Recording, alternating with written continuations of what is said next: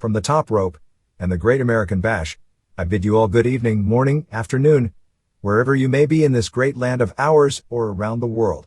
Welcome to the $55 million studio on the Pro Wrestle Machine. Let's get into this one. Through the use of the Pro Wrestle Machine. August 31, 1998 Wrestling Observer Newsletter. Death of Terry Garvin.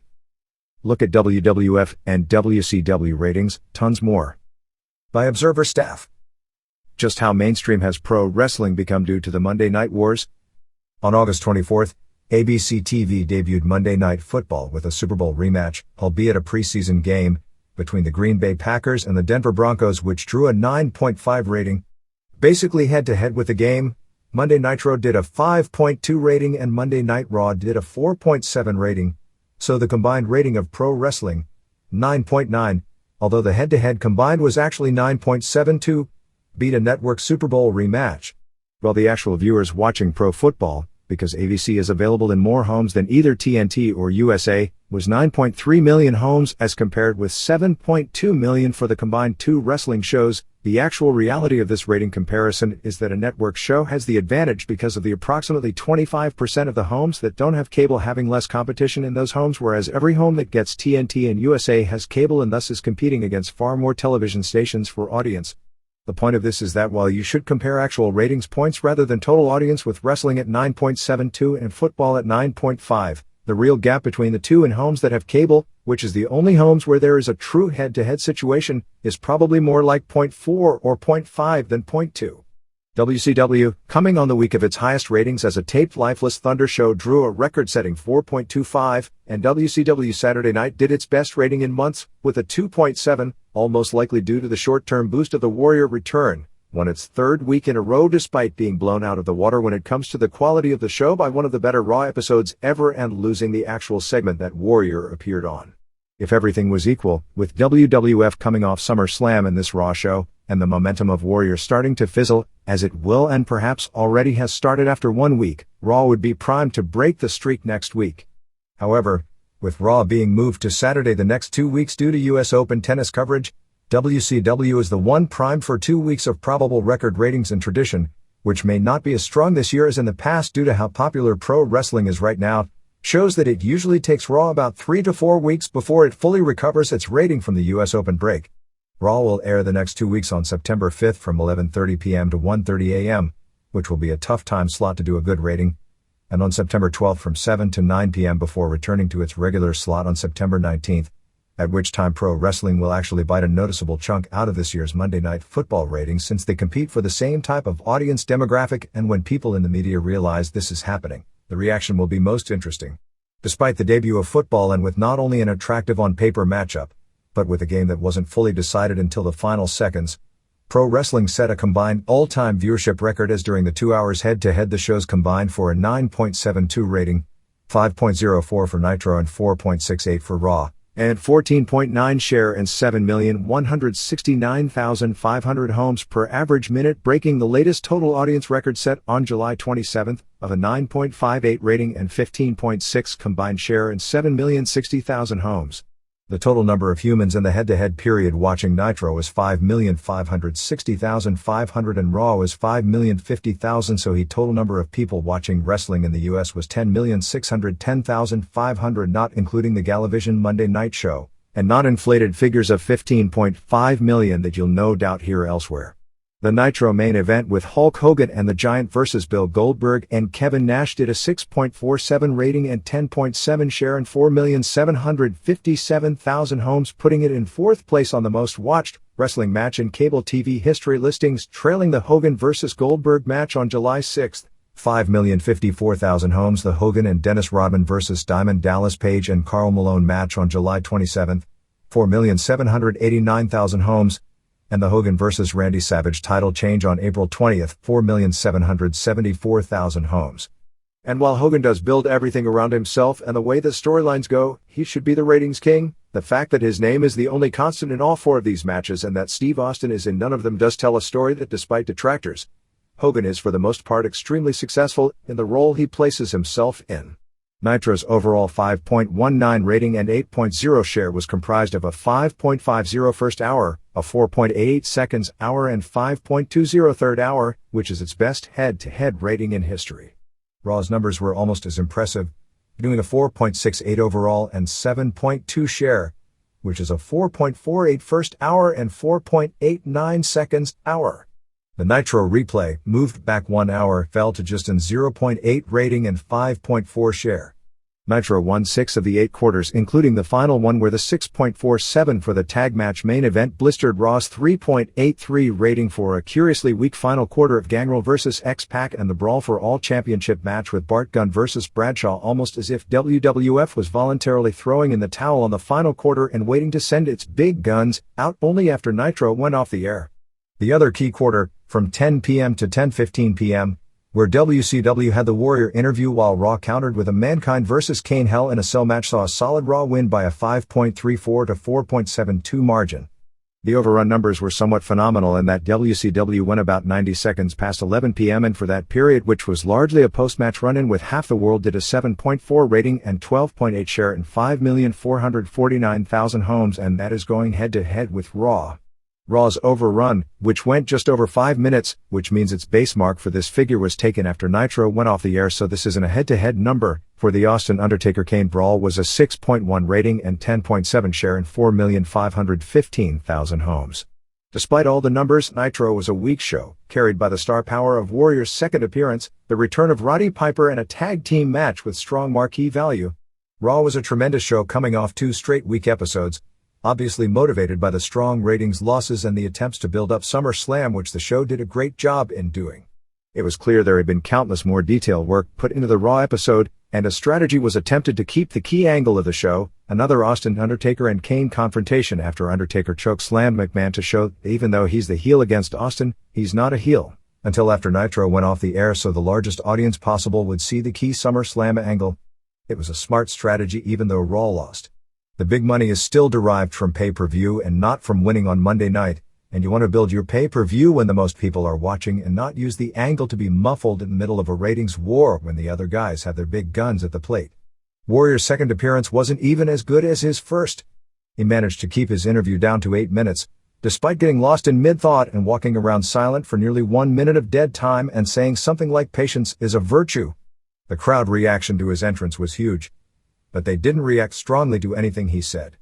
In addition, while there was a big chant for Roddy Piper when he was out there, live reports indicate the overall reaction to Piper was disappointing, although Piper being out there with Page in the first head-to-head quarter did a 4.8, which beat out Raw's 4.7 with the shock of Undertaker and Kane coming out side by side and the ratings draw of both McMahon, Austin and Paul Bearer out for the segment, and Bearer doing an award-winning performance. Raw's strongest showing in its 2 winning quarters were the Hell in the Cell match itself and post-match, along with the angle where Rocky Maivia confronted Chyna and humiliated her until Shawn Michaels saved her, which was basically the same angle as Eric Bischoff did with Kimberly Page a few weeks back and was a more creative and maybe a little more tasteless version of such. The show died in the last 2 quarters, falling from a 5.4 to 4.6 to 3.8. Nitro had a huge first hour, did a steady second hour, did a tremendous rating for some reason for Luger vs. Adams, 5.4, which may be more attributable to New Age outlaws against ratings killers like Jeff Jarrett and Southern Justice going head-to-head, before dropping for Warrior and not really regaining momentum until a little for the Stevie Ray NWO angle, 4.9 before the strong main event. We also have a complete demographic breakdown on Raw vs. Nitro for the first time in more than 1 year based on the August 24th shows, and for the record this is only a comparison of the 2 head-to-head hours. In males 18+, Nitro had a 52.7 to 47.3% advantage. For males 18 to 34, Nitro leads 52.3 to 47.7%. For males 18 to 49, it's Nitro ahead 53.1 to 46.9%. For males 25 to 54, it's Nitro 55.6 to 44.4. For males 55+, it's Nitro 57.1 to 42.9. For women 18+, it's Nitro 59.5 to 40.5. For women 18 to 34, it's Nitro 63.1% to 36.9%. For women 18 to 49, it's Nitro 63.6% to 36.4%. For women 25 to 54, it's Nitro 59.8 to 40.2, which means in women 18 to 24, Nitro has a 2-to-1 advantage. For women 55 plus it's Nitro 52.1 to 47.9. For kids up to the age of 11 it's Raw 52.9 to 47.1. For teenagers 12 to 17 it's Raw 59.5 to 40.5.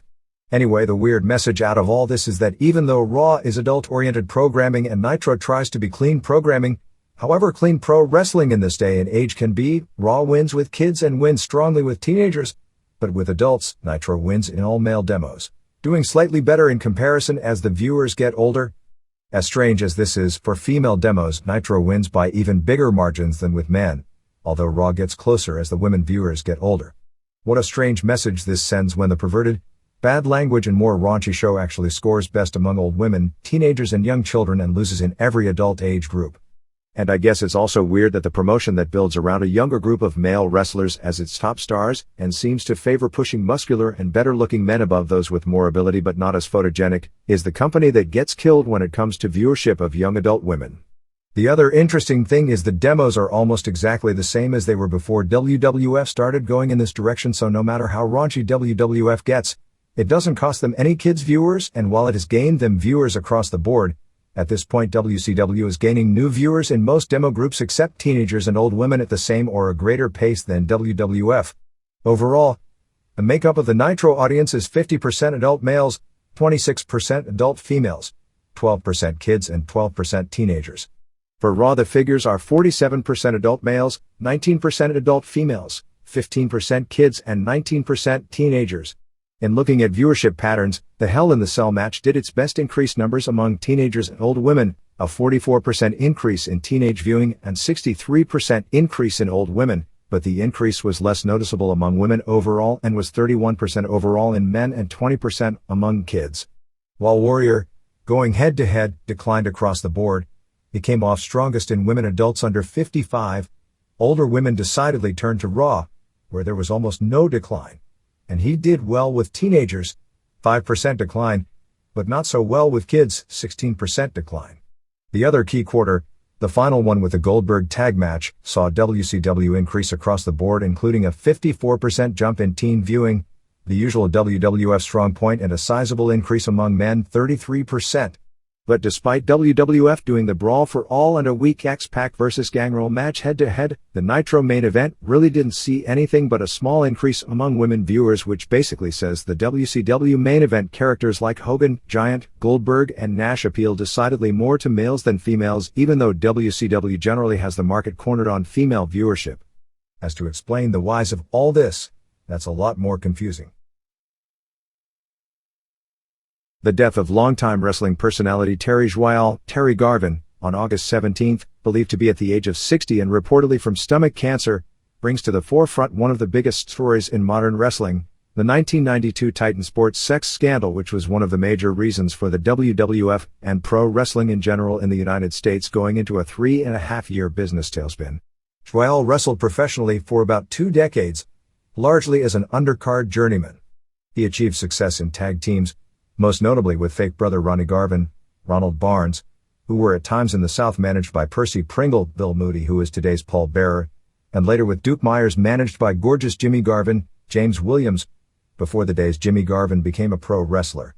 Originally from Quebec, the Garvins began their career in that part of the country and gained fame as a Wild Hill combination, probably better known in wrestling for off-the-field exploits in the South in the late 1960s.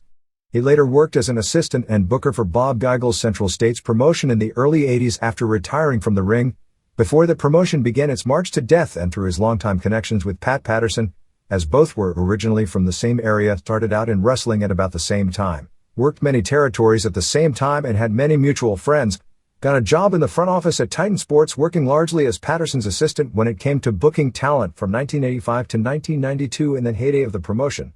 In an early 1992 story in a series of front-page stories in the San Diego Union Tribune, it was charged that an underage ring boy had been sexually harassed by a male supervisor at Titan Sports, which was part of a number of critical stories aimed at the wrestling industry and mainly Titan Sports.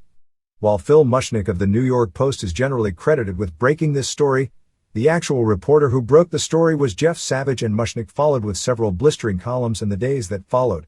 The stories gained a lot of momentum largely due to timing.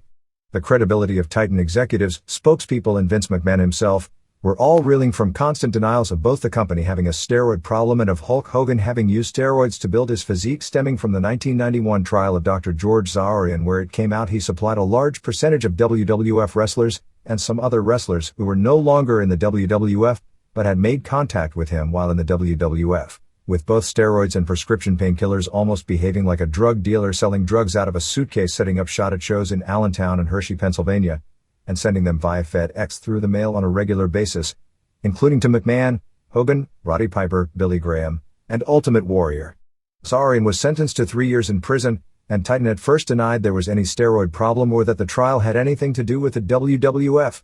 Hogan denied having ever used steroids except for on 3 occasions to repair a torn bicep in 1983, and claimed on the Arsenio Hall show that the only reason his name came out in the trial was because Zarian had lied about him supplying him with steroids, and that his name came out because he once posed for a photo with Zarian but basically claimed to barely know him. This put the entire WWF hierarchy in the position of not having to contradict the lie, so they corroborated his story for several months, killing their own credibility in the process. McMahon during the same time period admitted using steroids bought from Zarian, although he, as it later turned out, claimed at the time far less usage than came out later in detailed testimony during his trial. After several critical stories, including one in Sports Illustrated, Titan was basically forced into steroid testing its wrestlers.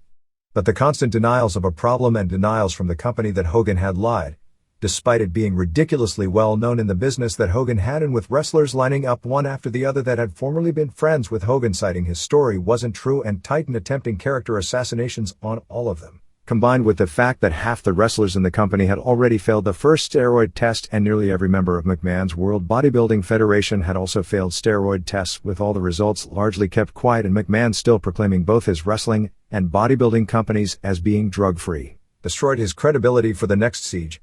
The problems got deeper as Tom Cole, a ring boy since the age of 13 in the Poughkeepsie area, claimed he was fired from his job immediately after spurning homosexual advances while still underage by a Titan higher-up. While neither Mushnick nor Savage's stories ever mentioned anyone by name, just days later, both Garvin and Pat Patterson resigned from the company, Garvin being the executive in question, and another employee in question, ring announcer and ring crew leader Mel Phillips, was never used again. While Titan claimed the resignation was not an admission of guilt and that the two had done so out of extreme loyalty to the company, and McMahon actually at one point claimed on the Larry King Show in attempting to combat charges by Bruno Sammartino regarding Phillips, claimed that Phillips was never an employee of the WWF, technically true but ridiculously misleading. The resignations of Patterson and Garvin at the time they did were most curious, if only because neither was ever named publicly until after they had resigned. So while Titan claimed they resigned to protect their name, it was actually their resignation that publicly put their names out into the light and made it an even larger news story, and at the time there was no pressure on Titan up to that point regarding the two. There is some question as to whether or not Patterson's resignation was ever anything more than cosmetic, as he seemed to be around a lot and was back at work full-time just a few months later and largely has remained with the company ever since. Garvin never returned to the company and spent much of the past few years working part-time for sometime indie promoter Fred Sparta in an outside business.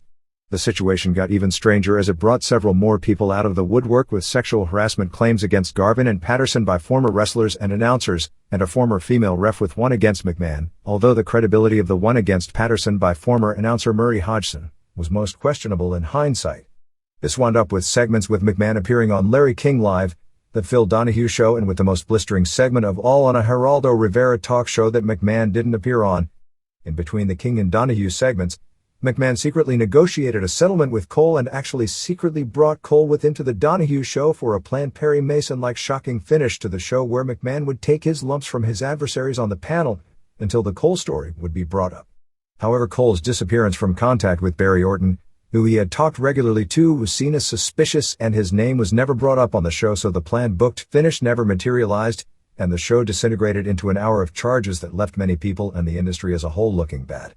While this was going on, in order to try and put Hogan back in a sympathetic light, while stories abounded on many television shows and in several newspapers and magazines that he had lied, McMahon and Hogan strongly teased that Hogan would retire after the coming WrestleMania, and Hogan agreed to take time off from the WWF to let the heat cool down. When he returned nearly 1 year later, his drawing power had taken a major hit and he only lasted a few months in the WWF before McMahon wanted him to drop the title to Bret Hart. He refused and handpicked Yokozuna to drop the strap too, and eventually quit the promotion and wound up in WCW about 1 year later.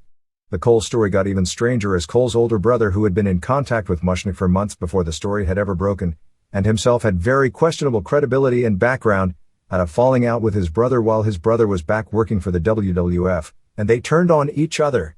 But eventually Tom Cole was fired by the WWF after problems with the company and once again sided with his brother against the organization, but after all this remained a wrestling fan. Garvin was also named during this time period by former WWF wrestler Barry O. Orton, claiming that Garvin tried to come onto him when he was 19 working the Amarillo territory more than a decade earlier, and that Garvin held it against him and he never got a push working for Titan Sports. The story got a lot of play during this time period after Garvin had resigned. While O was more talented in the ring than most of the wrestlers in the WWF at the time, the truth was that he had his own problems and WWF at the time was into pushing larger guys than him, although he himself got himself juiced up to try and change his fate and had an impressive physique while heavily into the steroids and up to 245 pounds, but by that time he was already categorized as a jobber and was never really given a break. McMahon later countered by very publicly suing Rivera and Mushnick, although both lawsuits were dropped. This led to a federal investigation of the WWF, which wound up with no charges ever filed on the sexual front, although McMahon was indicted in 1993 on several charges relating to steroid distribution and acquitted in a 1994 trial which saw both Hogan and Warrior used as government witnesses against McMahon, although both ended up being positive for McMahon in the end, a trial which is several huge stories all to itself. Virtually all the evidence that came out in the trial regarding steroid use in the WWF during the 1980s confirmed virtually everything written negative about the company regarding the subject, although many tried to position the not guilty verdict McMahon received in regard to conspiring to distribute steroids as somehow an exoneration that Titan never had a steroid problem. With all the pressure on Titan, they developed one of the more stringent steroid policies in sports, which was later dropped a few years later when the heat died down. Titan's business from the spring of 1992 through the fall of 1995 bottomed out with the company losing as much as $6 million during fiscal years, with a lot of reasons that can be given, but there is little doubt the negative publicity during this period was a prime catalyst. Ronnie and Terry Garvin constituted the Garvin Brothers tag team in the late 60s, largely in the South, where they held several regional tag team titles. Jimmy Garvin, who was actually the stepson of Ronnie, although all three of the Garvins were billed as brothers, came along in the early 70s and was at first a bleached blonde manager of Terry Garvin and Duke Myers, working for Leroy McGuirk in the territory that later became Mid-South Wrestling in Louisiana, Mississippi and Oklahoma as the United States Tag Team Champions in 1972 and 1973 as United States Tag Team Champions, before starting a reasonably successful career of his own as a wrestler largely in the South. Steve Nelson had spent the better part of 2 years building up to his own return match from a 1996 Extreme Fighting pay-per-view against Ralph Gracie in his hometown of Amarillo, where he runs the USWF. The end result was close to a major upset, which in some ways was all the more frustrating. Officially, Gracie won via submission in 13-14 with an armbar out of a triangle before a disappointing crowd of 2,700 at the Amarillo Fairgrounds Arena in what many have reported as being arguably the most heated match ever in the city, as well as the most exciting shoot match of 1998. The crowd was below average for USWF, despite it being the most attractive main event the group has offered to date, blamed because ticket prices were doubled for the show and it was the record gate ever for the USWF, as well as most likely the largest gate ever for pro wrestling in that city, despite its being sold as a one-match show with many of the local stars not appearing on the show. The crowd was described as being on its feet from start to finish of the match. In some ways the end result was frustrating for Nelson, but in other ways he felt he could now retire with the one embarrassment on his record, his 44 seconds loss to Gracie in his highest profile career match, somewhat erased. The frustration was that Nelson dominated the match and came just 2 minutes from the time limit before getting caught, and that by losing a match that he dominated cost him $20,000, as Gracie's payoff had he failed to win the match would have been $1. In addition, since Gracie held the armbar long after Nelson had tapped, apparently attempting to hurt Nelson, he suffered an arm injury with his elbow badly swollen to the size of a softball days after the match. Nelson said that he didn't like losing the match, but he could live with the loss in retirement, something that wasn't the case after the first loss. Gracie, who lives in Northern California after growing up in Brazil, was the heavy favorite based on their previous match, and was defending the honor of the Gracie name, as none of the members of the world's most famous fighting family has ever lost a match in the United States. He played classic visiting heel, facing the local Amarillo fighter and promoter, baiting the crowd, grabbing his crotch and doing everything to incite the crowd before the match started. Gracie dominated the first 3 minutes, including Nelson grabbing the ropes at one point while caught in a submission for a rope break, which would have spelled the difference had the match gone the time limit. The irony is that had it gone the time limit, even though Nelson dominated, he still would have lost on points. Gracie started to tire out about 3 minutes in, at which point Nelson reversed him and was on top, mainly in the mount, for the rest of the fight, throwing down open-handed blows from the top. Gracie's face was somewhat marked up from the constant blows, and at one point they came with enough frequency that he turned his back, but Nelson never attempted a submission. Nelson dominated until getting caught, and after the match and exhausted, Gracie had to be helped from the ring, and when he got back to his locker room, he collapsed on the floor and couldn't move for more than 20 minutes. Nelson, a natural 190-pounder, had to get under 170 pounds per the contract and had to sweat off 5 last pounds to make weight, while Gracie came in at 166 pounds. 1 week before the match, Nelson had told the local newspaper that this would be his retirement match.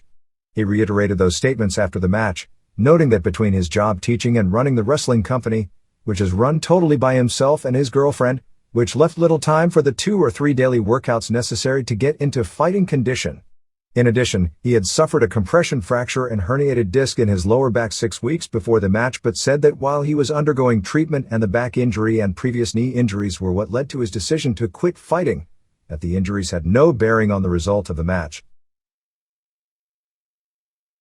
Japanese television rundown. July 7th Pancrase. 1. Evan Tanner beat Ikuizumi Noah in 4:05 with basically a headlock choke. This was a first-round match in the Neo Blood tournament. Tanner, who is the USWF heavyweight champ from Amarillo, is an excellent wrestler. Even though he was a 2-time state high school champion in Texas, it's amazing his level of wrestling for someone that never wrestled college or has had international experience. He's just a real tough, well-conditioned, unrefined guy who simply out-wrestled and outpowered his foe and was able to escape every submission attempt. 2. Kusei Kubota beat Kim Jong-wan in another first-round match in 1:03 with a chicken wing submission. 3. Justin McCulley beat Martin Emin with an armbar in 1:34 in a first-round match. 4. Daisuke Ishii beat Ryan Stout in the final first-round match after 10 minutes regulation and 3 minutes overtime via decision. It was a close enough fight that had it not been a tournament match it probably would have been a draw. 5. In a non-tournament match, Satoshi Hasegawa beat Jason Godzi via decision after 15 minutes with 2 judges voting for Hasegawa and the other voting a draw. The 2 are friends and regular training partners when Godzi trains in Japan, which made it a different match as it was all technical with virtually no striking. In the commentary for TV they did voiceovers with Tanner, and the Japanese actually brought up to Tanner that this was a boring fight, which is amazing because how often do you see in pro wrestling announcers freely admit a match is boring while it's still going on. Tanner came back saying that it started off boring but got more entertaining later. Hasegawa went for more submissions, but I'd have called it a draw. 6. Asami Shibuya won a unanimous decision over Keiichiro Yamamiya in 15 minutes. Kind of uneventful, but both guys were very good, continually going for submissions. 7. In a tourney semifinal, Tanner beat Kubota in 2:23 with a headlock choke, again mainly by out-wrestling and outpowering him. 8. McCulley won via decision over Ishii after 10 minutes regulation and 3 minutes overtime in the other semifinal. McCulley dominated regulation and had the mount a lot. In the overtime, they fought on their feet in the first half until McCulley took him down and held the mount until the end, including throwing some blows which did damage. He clearly won the decision. July 20th rings. This was the captured show for Akira Maeda's final match, and thus was the biggest show in the history of the promotion. Unfortunately, while being viewed by a sellout 17,800 fans, the show couldn't come close to the quality of the 2 previous shows in smaller Tokyo area arenas. The first 3 matches on the show were shoots and the final 5 were works. There appeared to be a rule change in that the number of points before the match ends was cut from 10 to 5. This probably signifies going to more shoots now that Maeda is out of the picture. The scoring system is 2 points for a knockdown and 1 for a rope break, so 10 points is way too many allowable for a shoot. But in a work, it limits what you can do because you can only do 4 near-fall situations before the match is going to end on points.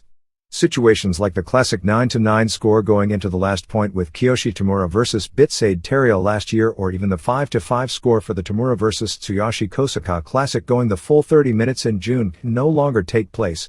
The change is a major one which is better for shoots but really hurts the worked matches. 1.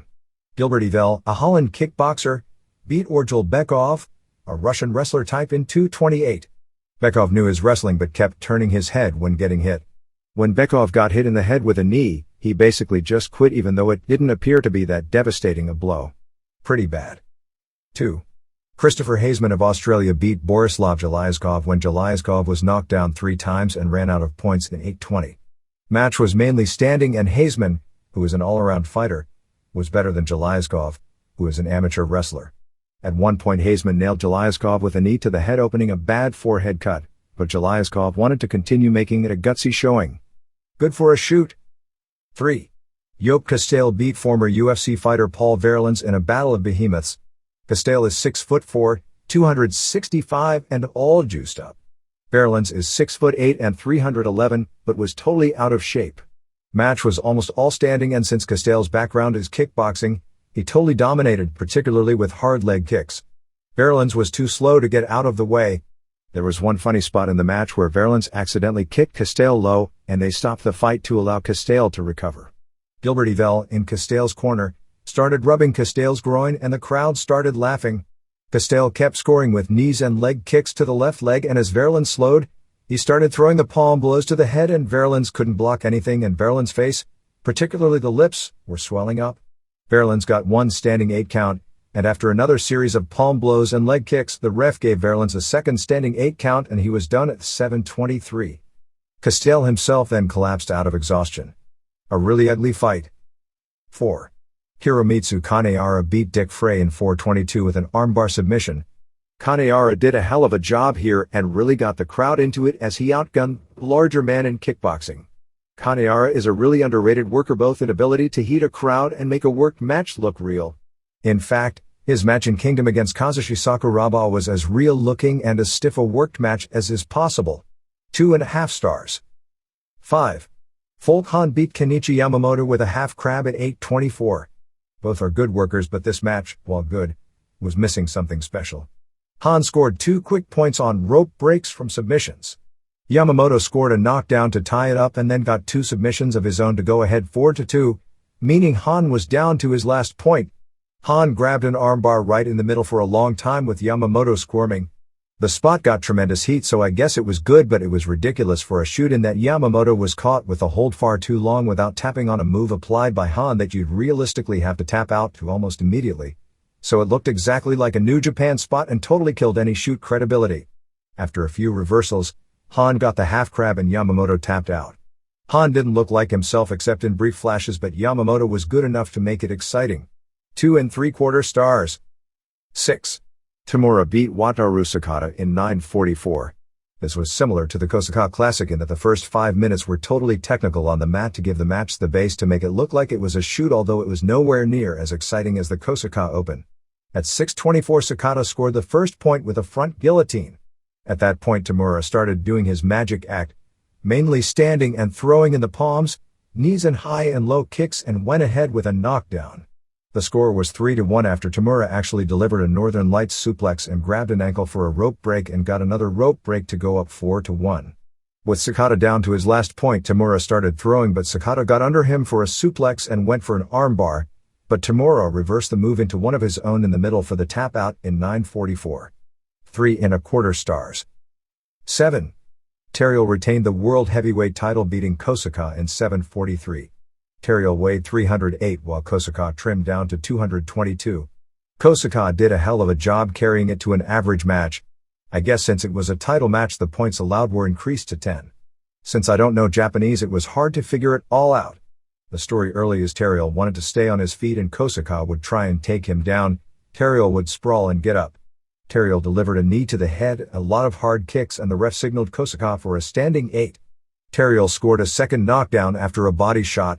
Kosaka then made the comeback, gaining 5 straight submissions after going to the ground to go up 5-4 before Terriel hit him with another knee in the corner for a knockout. The result of this match makes little sense. 2 stars. 8. Maeda was awarded a decision after he and Yoshihisa Yamamoto went the 20 minutes time limit with a 3-3 score. Yamamoto did a great job in this match, and even though Maeda was too slow and out of shape, he gave all he had in lasting that long and continually getting slapped around, and for his willingness to take a lot of punishment at his age. It was a real good match except for a several-minute segment in the middle where Maeda was just laying on Yamamoto to catch his breath so he could be strong for the finish. The decision was incredibly ridiculous because even though it was a worked match that Maeda was supposed to win, not only did Yamamoto totally carry it from start to finish, but he had 85% of the offense in a match he was supposed to lose the decision in, which explains why the crowd hated the decision as well. Toward the end, Yamamoto was basically letting Maeda hit him with his slow blows to score points to make it appear close, but Maeda was so slow even that didn't make it a close fight. A lot of good exchanges of kicks and slaps early, although Yamamoto was too quick.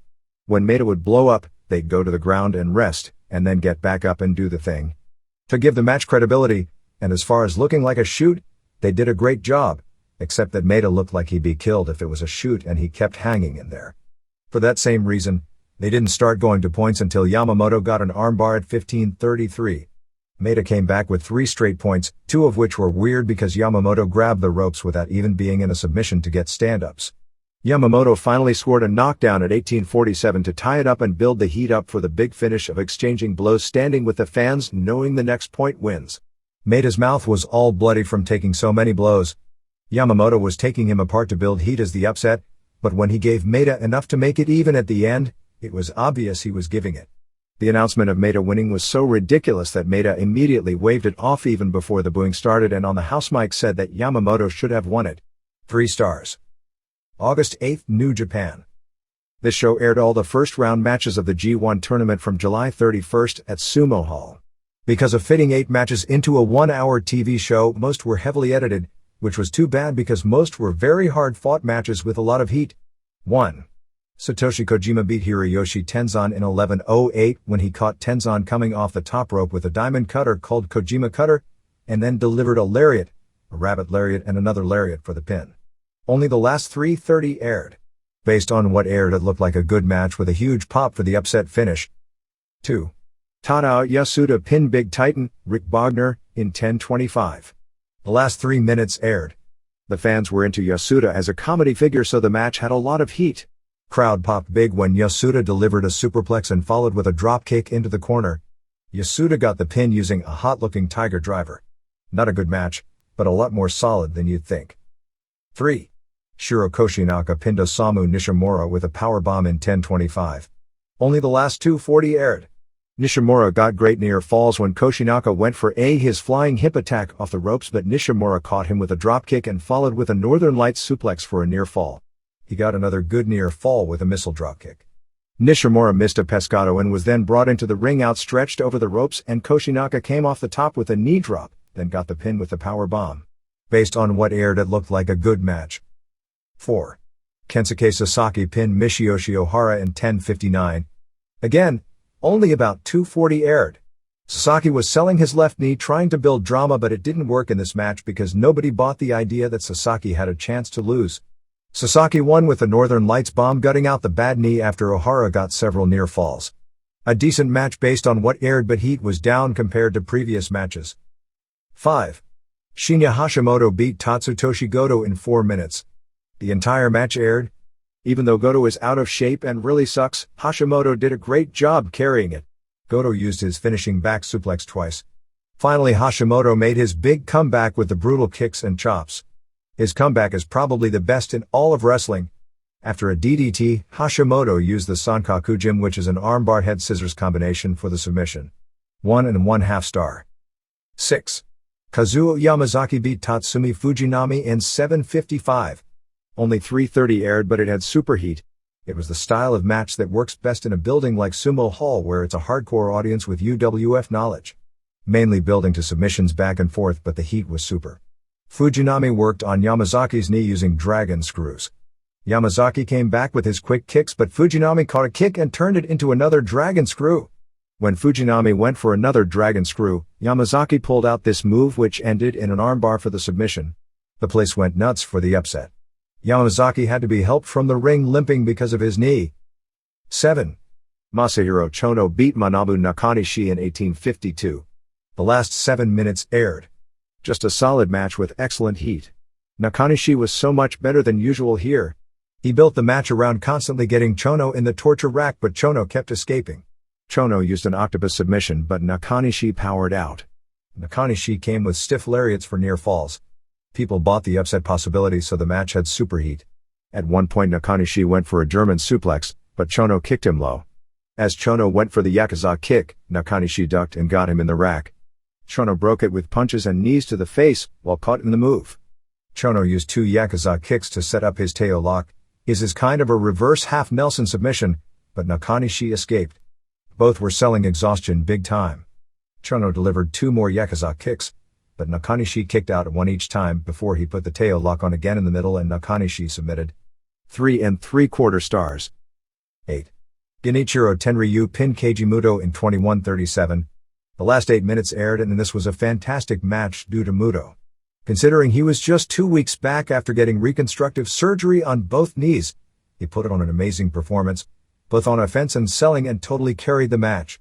At one point he did a pescado. At another point he did a diamond cutter on Tenryu, who was standing on the middle ropes, and they went to the floor. It was amazing to see New Japan top guys do a spot like that, which you'd expect more on an ECW pay-per-view show. Muto used a dragon screw into the figure 4, but Tenryu reversed and they rolled into the ropes. He tried the handspring elbow, but Tenryu caught him with a hard chop. Muto then hit a Frankensteiner out of nowhere for a near fall while continually selling the right knee. Tenryu used a power bomb for a near fall and an elbow off the top for another near fall. He went for another power bomb, but Muto turned it into a Frankensteiner for a near fall. Tenryu went for another power bomb, but at the top, Muto started throwing punches and Tenryu dropped him. Muto went for the dragon screw, but Tenryu blocked it and hit an Enzui-Jiri. Tenryu used a power bomb and Muto kicked out, but ref Masao Hattori ruled that he counted 3 first. Fans booed the finish. Finish actually took the match down, but overall this match was quite a statement by Muto that even now, when he wants to be, he's as good as anyone in the business and making a match. They showed a slow-mo replay of the finish and it appeared Muto did kick out before the pin, but it was a photo finish type deal. 4 stars. August 15th, New Japan. As good as the G1 was in 1996, the last time I went, this year's appeared to be even better. This show was taped on August 1st with the quarterfinals and was the single best 1-hour television show, and from a wrestling standpoint, the single best television show of the year. Because they only aired 4 matches, they were able to show matches almost in their entirety, unlike the previous TV, which was a great show but really didn't do most of the matches justice because of the editing. Considering they had 2 junior heavy tag tourney matches on the undercard that won't be airing on TV for a few weeks, I'd suspect this was the best overall wrestling show of 1998. 1. Kojima beat Yasuda in 13:38. Match had great heat and Kojima did a tremendous job carrying things. This was probably the best match Yasuda has ever been in, and even after seeing it I still don't believe it. Kojima used a backdrop, an elbow off the top, and a missile dropkick for near falls. Yasuda came back with a sumo throat strike and a flying clothesline for a near fall. Crowd popped huge when Yasuda did a low dropkick that was perfectly timed. Huge pop when Yasuda hit the Tiger Driver for a near fall. Yasuda went to the top, but Kojima caught him with a superplex and Yasuda nearly killed himself on the landing to make it look dangerous. Kojima did a somersault body block off the top rope, another elbow off the top, and finally scored the pin with a lariat. 4 stars. 2. Yamazaki beat Sasaki in 6:42 with a knee-lock submission. Most of the match consisted of Yamazaki throwing kicks to Sasaki's bad leg from the previous show. Again, Yamazaki really looked good and Sasaki's selling of his leg actually made the match. Yamazaki 1 used a kick to the bad knee, a dragon screw, and a knee-lock submission in the middle that Sasaki sold for all he was worth. 3 1/2 stars. 3. Chono beat Koshinaka in 16:03. This may have been the best singles match these two have had, which is saying something because they've had great G1 tournament matches in the past. Koshinaka got a dragon sleeper, but Chono broke it with a knee to the head similar to an Ultimo Dragon spot. Koshinaka hit his flying hip attack. When he was for a second one, Chono sidestepped and basically drove his shoulder behind his knee like a form of a chop block. After a Russian leg sweep, Chono did a kneeling figure 4 and then turned it into the Teo lock, but Koshinaka made the ropes. Chono used a shoulder block off the top to set up the STF, but another rope break. Chono was on the top rope and in a weird spot, Koshinaka shoved ref Masao Hattori into the ropes, causing Chono to lose his balance. It's the same spot often seen in US, but instead of the wrestler collapsing into the ropes, he threw the ref into setup for crotch spot. Koshinaka then delivered this totally sick German superplex with Chono landing right on his head for a near fall. He used a super high power bomb for a near fall, a flying hip attack off the top for a near fall, and another power bomb for another near fall. After a third power bomb, he turned Chono over in a Texas cloverleaf. Chono finally broke the hold, But Koshinaka put it on a second time, and this time Chono made the ropes. He went for a dragon suplex, but Chono kicked him backwards low. Koshinaka got another near fall with a backslide before running headlong into a Yakuza kick.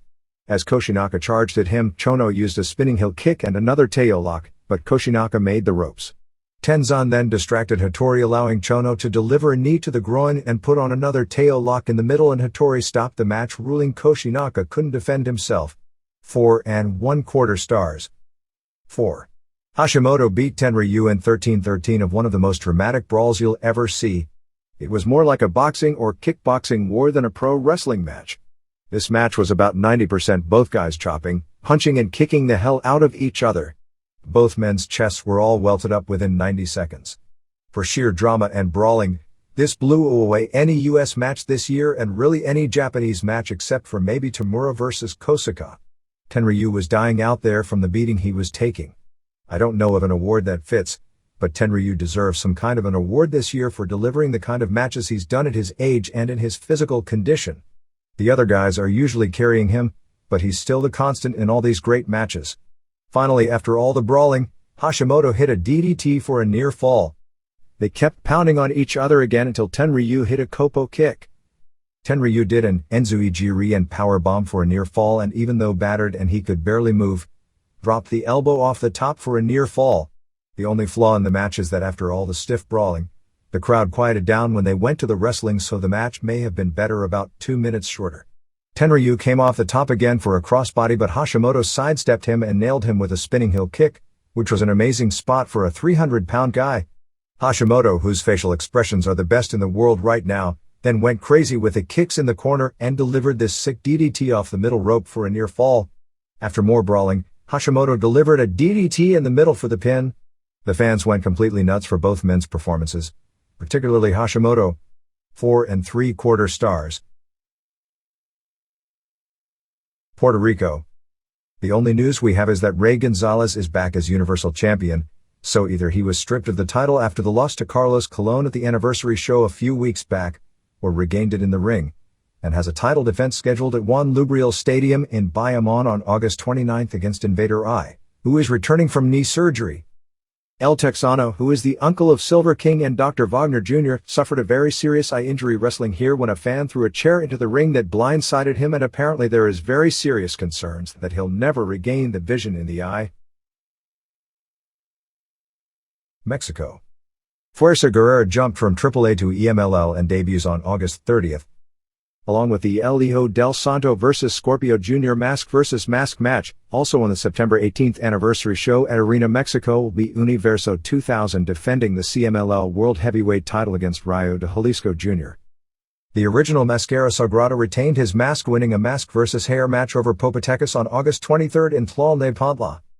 On August 23rd in Naucalpan was the triangle match where Dr. Cerebro put up his mask against the hair of Mickey Segura, formerly Oro Jr., and the hair of Bombero Infernal. Infernal wound up the loser. On the same show, Magnum Tokyo turned heel on Pantera in a trios match after Pantera accidentally dropkicked him. The interesting part of that is it's a feud between a WCW wrestler and a WWF contracted wrestler, although WWF has soured on Pantera quite a bit since he refused to unmask when they asked him to.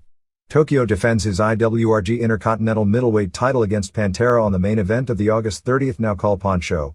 The foes were Shima Nobunaga and Sumo Fuji and Judo Suwa, back from Michinoku, so Tokyo may start teaming with the Japanese heels in the IWRG on August 23rd at Arena Coliseo. They did a weird angle in the opener. A Korean television network was filming this as Ham Fo-won, the 1997 Miss Korea beauty pageant winner, was sitting in the front row watching a women's match with Lady Apache and Flor Metallica versus La Diabolica and Amapola. One did a run-in after the heels, Diabolica's team, after the faces had won the third fall but were jumped after the match, which set up an impromptu trios match where one wrestled joining the faces and Pantera Serena joined the heels. One ended up being pinned in the 3-fall match, which the combined total of all 3 falls was only about 5 minutes. On the AAA TV taping on August 23rd in Azcapotzalco, Los Vipers, AAA Psicosis and AAA Hysteria and AAA Mosco and Maniaco won the tournament to become the new Mexican national relevos champions, beating Los Payasos in the finals. It was a weird match because Los Payasos took the first fall. The second fall was ruled a draw, and Los Vipers took the third fall. After the fall, the refs talked to the commissioners and they decided rather than call it a draw since it was a match to determine new champions, they ordered a fourth fall where Los Vipers won. AAA has scheduled a major outdoor show for September 18th in Madero. The August 21st Arena Mexico show was headlined by an 8-man where Scorpio Jr. and Bestia Salvaje and Los Villanos 4 and 5 beat Negro Casas and La Fiera and Shocker and Felino via DQ when Casas pulled off Scorpio's mask. Fiera apparently suffered an ankle injury during the match and hobbled out. The August 28th main event will be a rematch of the two teams. Kevin Quinn started a heel turn refusing to tag in to help partners Mr. Aguila and Blue Blazer 2 against Blue Panther and Halcon Negro Jr. and El Boricua, David Fidel Sierra Kennel. Owen Hart worked Japan several years ago as the original Blue Blazer. They are billing Blue Blazer 2 as being from a famous Canadian wrestling family and being a 16-year veteran, which I guess teases that it is a Hart brother, but I don't believe it is, but he was booked into the promotion by Victor Quiñones. He actually debuted 5 days earlier as a heel at Arena Coliseo teaming with Miguel Perez and Ricky Santana and Boricua to beat Emilio Charles Jr. and Shocker and Felino and Brazo de Plata. Santana and Charles are having a singles feud as Santana used a low blow to pin Charles on that show, but Charles pinned Santana to win a trios match 5 days later, which wound up in a singles match on August 23rd in which all 3 falls ended by DQ with Charles winning. Jose Pianono Medina was fired by EMLL as matchmaker. Atlantico has a hair versus hair match against Buffalo Salvaje on August 30th at Arena Coliseo. El Engendro, who was a UWA star in the early 90s, has been working a local promotion in Guadalajara under a mask as Dragon Fighter, and lost his mask in early August to El Centella. When Fantasma was named new commissioner for boxing and wrestling in the Distrito Federal, he named former wrestlers Dory Dixon, Lola Gonzalez and Irma Gonzalez as his PR reps.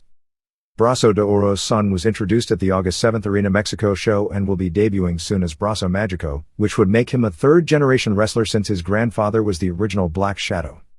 At the AAA show on August 7th at Juan de la Barrera Gym, Blue Demon appeared along with Blue Demon Jr. and his 10-year-old grandson and gave him his mask, saying that when he grows up he'll be Blue Demon 3. At that point heel ref Tirantes and Abismo Negro hit the ring and Negro clocked Demon Jr. with a chair and picked up Demon Jr., who must be around 70 for a pile driver, but the 10-year-old grabbed Abismo and saved Grandpa.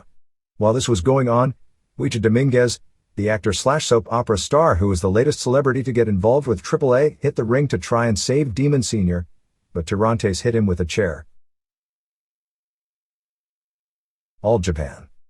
They did their first angle in seemingly years on August 23rd at Korakuen Hall when Tamon Honda and Akira Taue upset Kenta Kobashi and Johnny Ace in the semifinal when Taue pinned Kobashi clean after a dynamic Liger bomb, which besides setting up the angle served a dual purpose since Taue challenges Kobashi for the Triple Crown on September 11th at Budokan Hall. After the match, Ace lariated Kobashi and got on the house mic and said he was breaking up their tag team and said he was forming a new trio with Johnny Smith and Wolf Hockfield that would win both the singles and tag team titles. It wound up with Kentaro Shiga making the save for Kobashi as an attempt to move Shiga up the card. Shiga then asked Kobashi if he could be his new tag team partner, however Jun Akiyama has also asked Kobashi to be his new partner and the latter pairing is more likely. On August 24th in Numazu, Ace and Smith and Hockfield beat Toshiaki Kawada and Taue and Takao Mori. Mitsuharu Misawa's comeback after injuries to his neck, back and both knees before the Tokyo Dome show on May 1st where he lost the title to Kawada, was on the series opener on August 22nd at Korakuen Hall where Misawa teamed with Satoru Asako and Akiyama to beat Kobashi and Ace and Smith in the main event in 2036 when Misawa pinned Smith after a Tiger Driver. After the match, Misawa admitted that his knees were still giving him problems and said he was only 60% healthy but felt after the 2 most disastrous tours at the box office in company history that the company needed him back on the road. As a way to put more young wrestlers into the top mix, they're shaking up the top of the show leading up to the December tag team tournament. Misawa said he had a mystery young partner, which most feel is Manukia Mossman, for the tag tourney. The Kobashi and Ace breakup seems to set up Ace and Smith as a team, since Smith has been the best foreigner with the promotion for the past year but has always been positioned as a mid-carder, so this will be his chance. In addition, Yoshinari Ogawa was given a push as on August 23rd at Korakuen Hall in the main event. Ogawa and Amori and Kawada upset Misawa and Akiyama and Asako in 21-32 when Ogawa pinned Akiyama clean in the middle. Mossman is being put in focus on this tour as on August 22nd he was pinned by Taue, but on August 23rd he pinned Hockfield, and he worked the main event on August 24th teaming with Misawa to beat Kobashi and Masao Inoue. Jinsei Shinzaki will appear on September 3rd in Tokushima, which is his hometown, and Giant Baba for one night only will be out of the comedy match teaming with Shinzaki and Mossman against Misawa and Akiyama and Asako. August 9th TV show did a 2.4 rating. New Japan. Virtually no news this week other than the August 8th TV show did a 2.5 rating. Other Japan notes: lots of major women's shows again this past week. All Japan Women ran its biggest show in a long time on August 23rd at Kawasaki City Gymnasium, drawing a sellout 4,350 as Shinobu Kondori of LLPW retained the WWA title, beating Manami Toyota in 1808 with a knee-lock submission. The result was something of a surprise since AJW has been building up Toyota to regain the company's main title for the promotion for several months, which is what drew the house. Apparently Kondori is going to get to keep the title a few more months because LLPW wanted to keep her as a double world champion. She also holds the LLPW title, for drawing purposes and storyline purposes, for her October 10th match at Sumo Hall against Svetlana Gundarenko, a 6'3", 315-pound woman from Russia who took a silver medal in the 1988 Olympics in judo. Gundarenko is actually better known in Japan for winning the first L1 tournament, which was a UFC for women held a few years back in Japan, where she used her size and judo technique to destroy everyone in her path, including Kondori, who herself was a world-class judoka in the 80s before getting into pro wrestling, in the finals, and this will be the first meeting between the two since that match about 3 years ago. Also on the show in a shoot match, Kumiko Maekawa won a Muay Thai-style match via 5-round decision over a Thai fighter, and in a match for the vacant All Japan tag titles, Momoe Nakanishi and Nani Takahashi beat the JD team of Sumi Sakai and Megumi Yabushita. Kawasaki is a suburb of Tokyo, and it's impressive since Gia sold out Korakuen Hall with 2,000 fans the same day for Chigusa Nagaya winning the all-world title, beating Devil Masami in a Battle of Legends in 1417 using the sleeper. In the semifinal on the show, Asia Konga version teamed with Mayumi Ozaki of Oz Academy to win the AW tag titles, beating Sugar Sato and Chikeo Nagashima.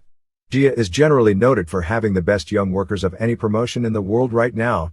The AW title is the top singles title for Gia. However, Masami had been defending it, including on the August 17th JWP show in Osaka, beating Kansai with a triangle. According to sources close to the Neo Ladies group, the price ECW got for Nicole Base's appearance last week was well under the $8,000 reported. They also claimed that Base did help draw as the show she worked, which doubled being part of a big tournament, so they should have drawn more than a typical Neo Ladies card. Both drew more than 1,000 paid at Korakuen Hall, and the previous Neo Ladies show at the building drew only 400 paid.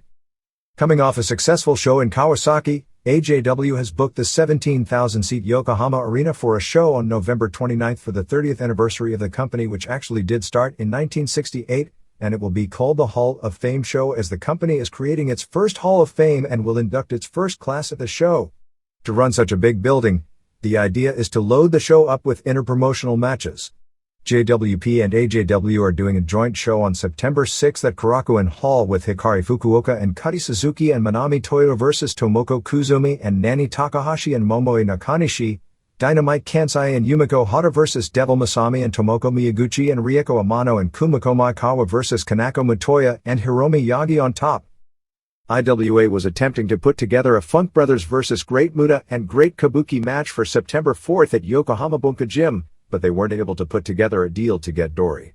The main event for that show will end up being Kabuki and Gran Hamada vs Terry Funk and Great Sasuke plus Doug Gilbert vs Leatherface, Rick Patterson, for the IWA heavyweight title.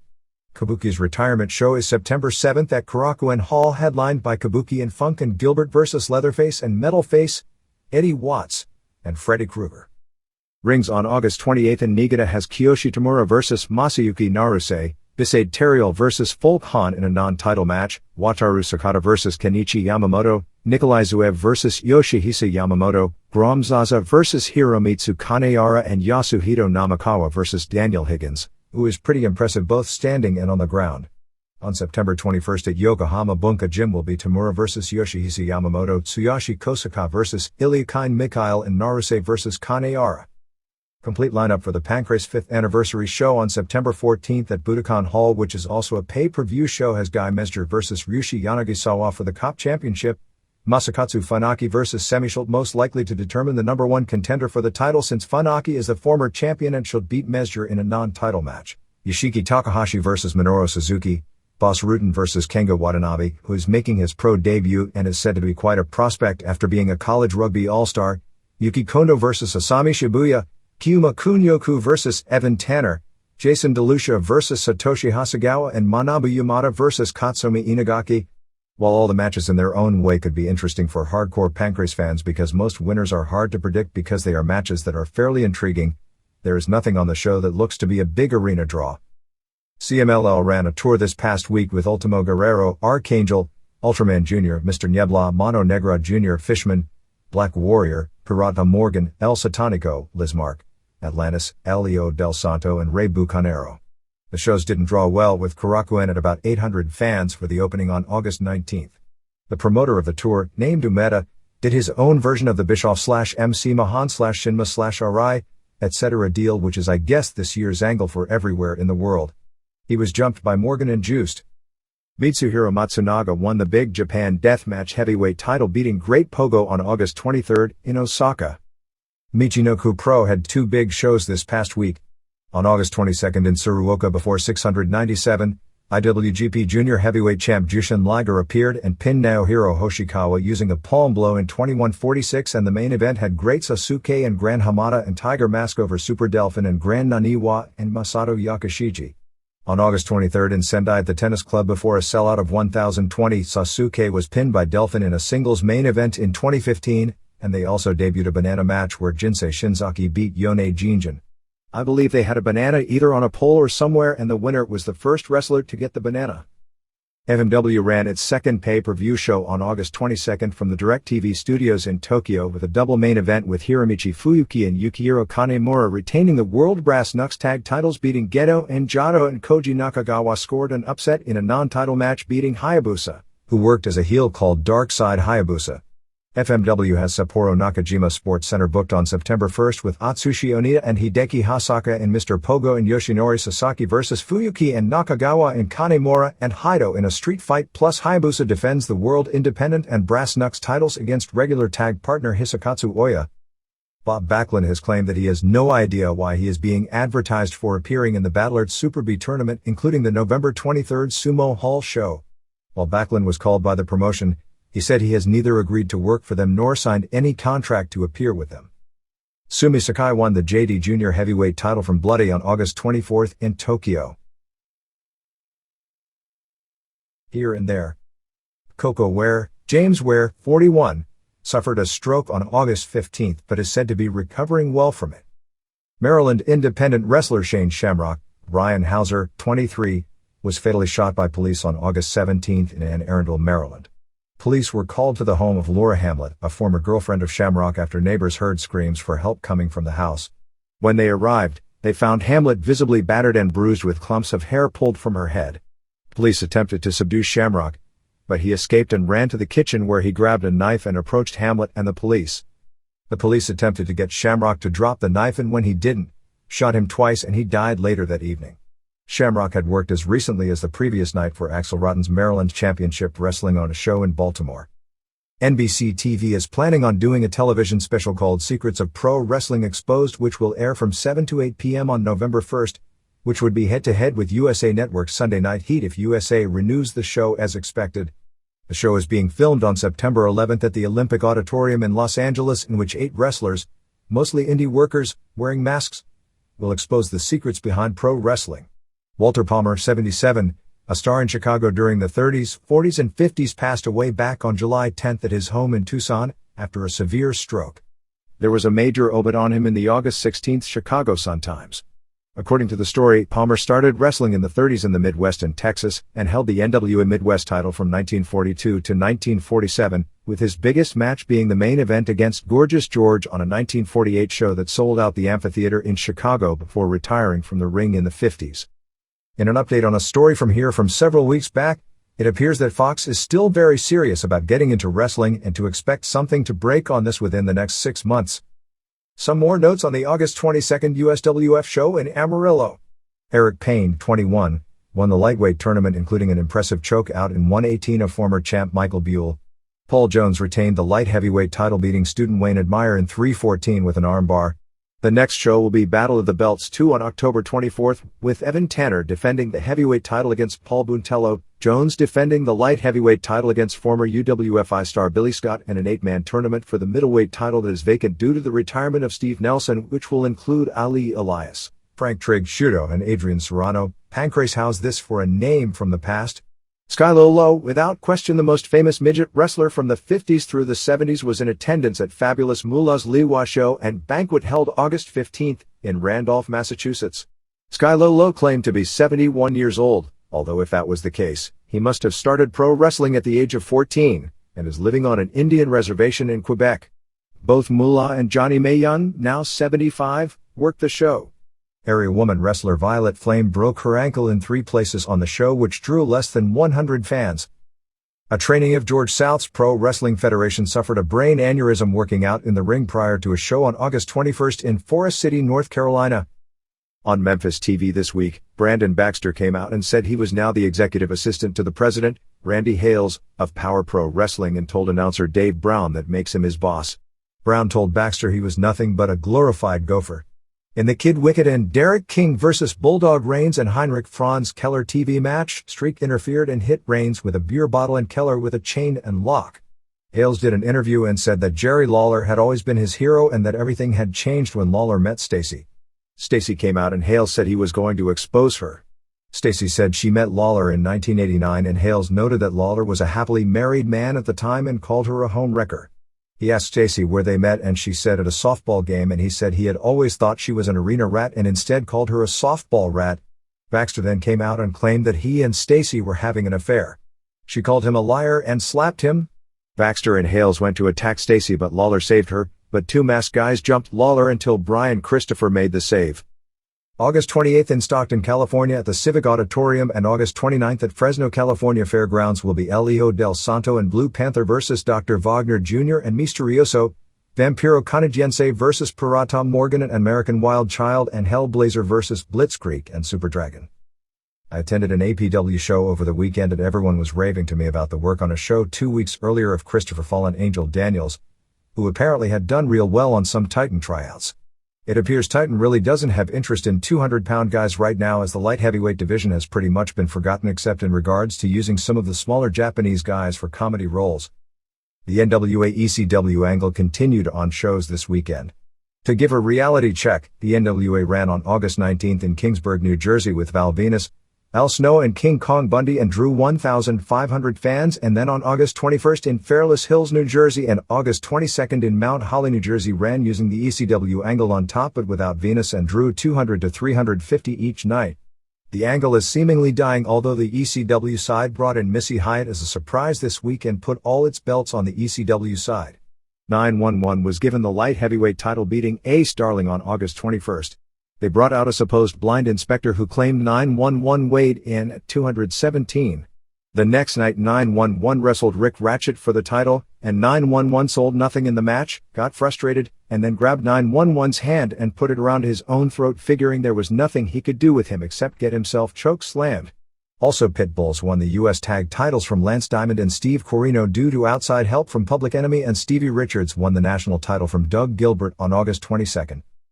It appears the Border Patrol winning the NWA tag titles last week was a setup for September 12th in Lincolnton, North Carolina, when they defend against Barry Windham and Tully Blanchard in the main event. There will be a Wrestling Legends autograph show on September 5th and September 6th at Sam's Town Hotel in Las Vegas with Luthez, Vern Gagne, Killer Kowalski, Nick Bockwinkel, Bob Orton Sr. and Jr.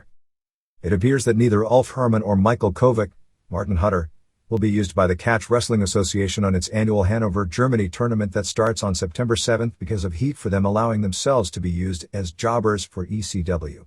There also won't be any Japanese in the tournament, which has been a tradition due to the long-standing business relationship between CWA and New Japan.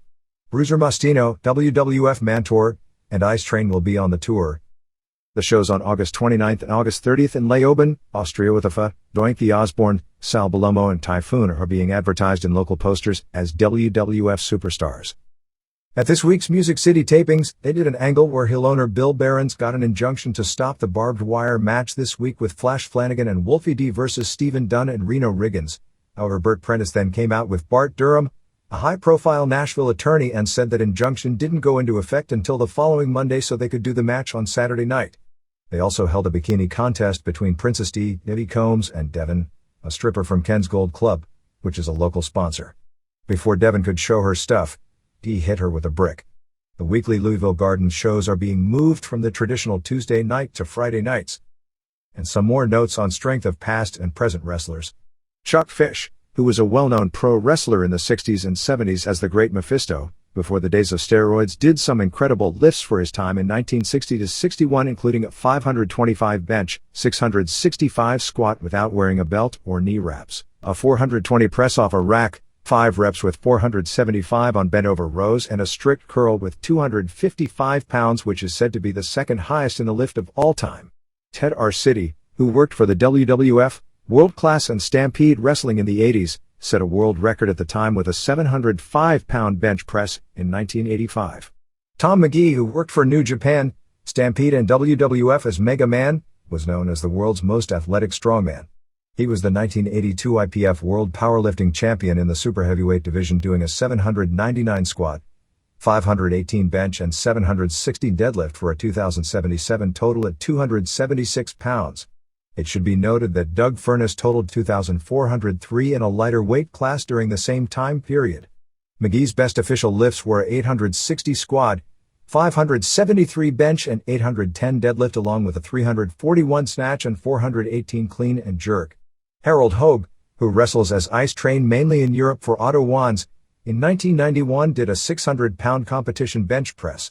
Harold Sakata, best known for his role as Oddjob in the James Bond classic Goldfinger, who wrestled for a long time as Oddjob Tosh Togo, was the most successful weightlifter of any pro wrestler in history, as he won a silver medal in the 1948 Olympics in London at 181 pounds.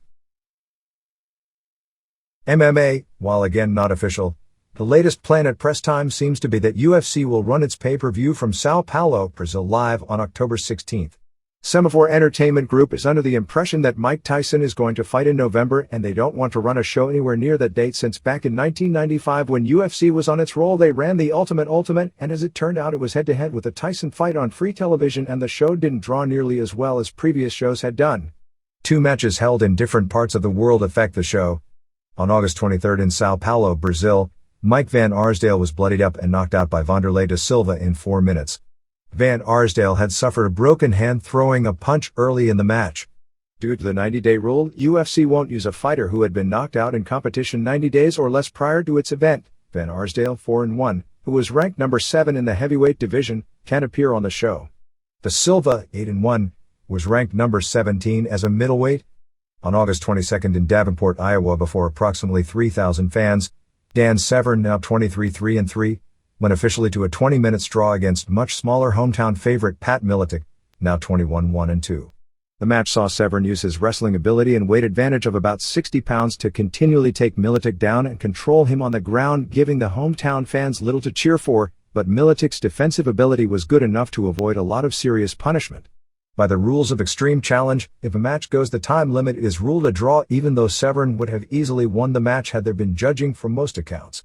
However, it appears that Miletic suffered a broken elbow during one of the takedowns, which puts a planned match to create a UFC under 170-pound on the Brazil show against Mikey Burnett in grave jeopardy.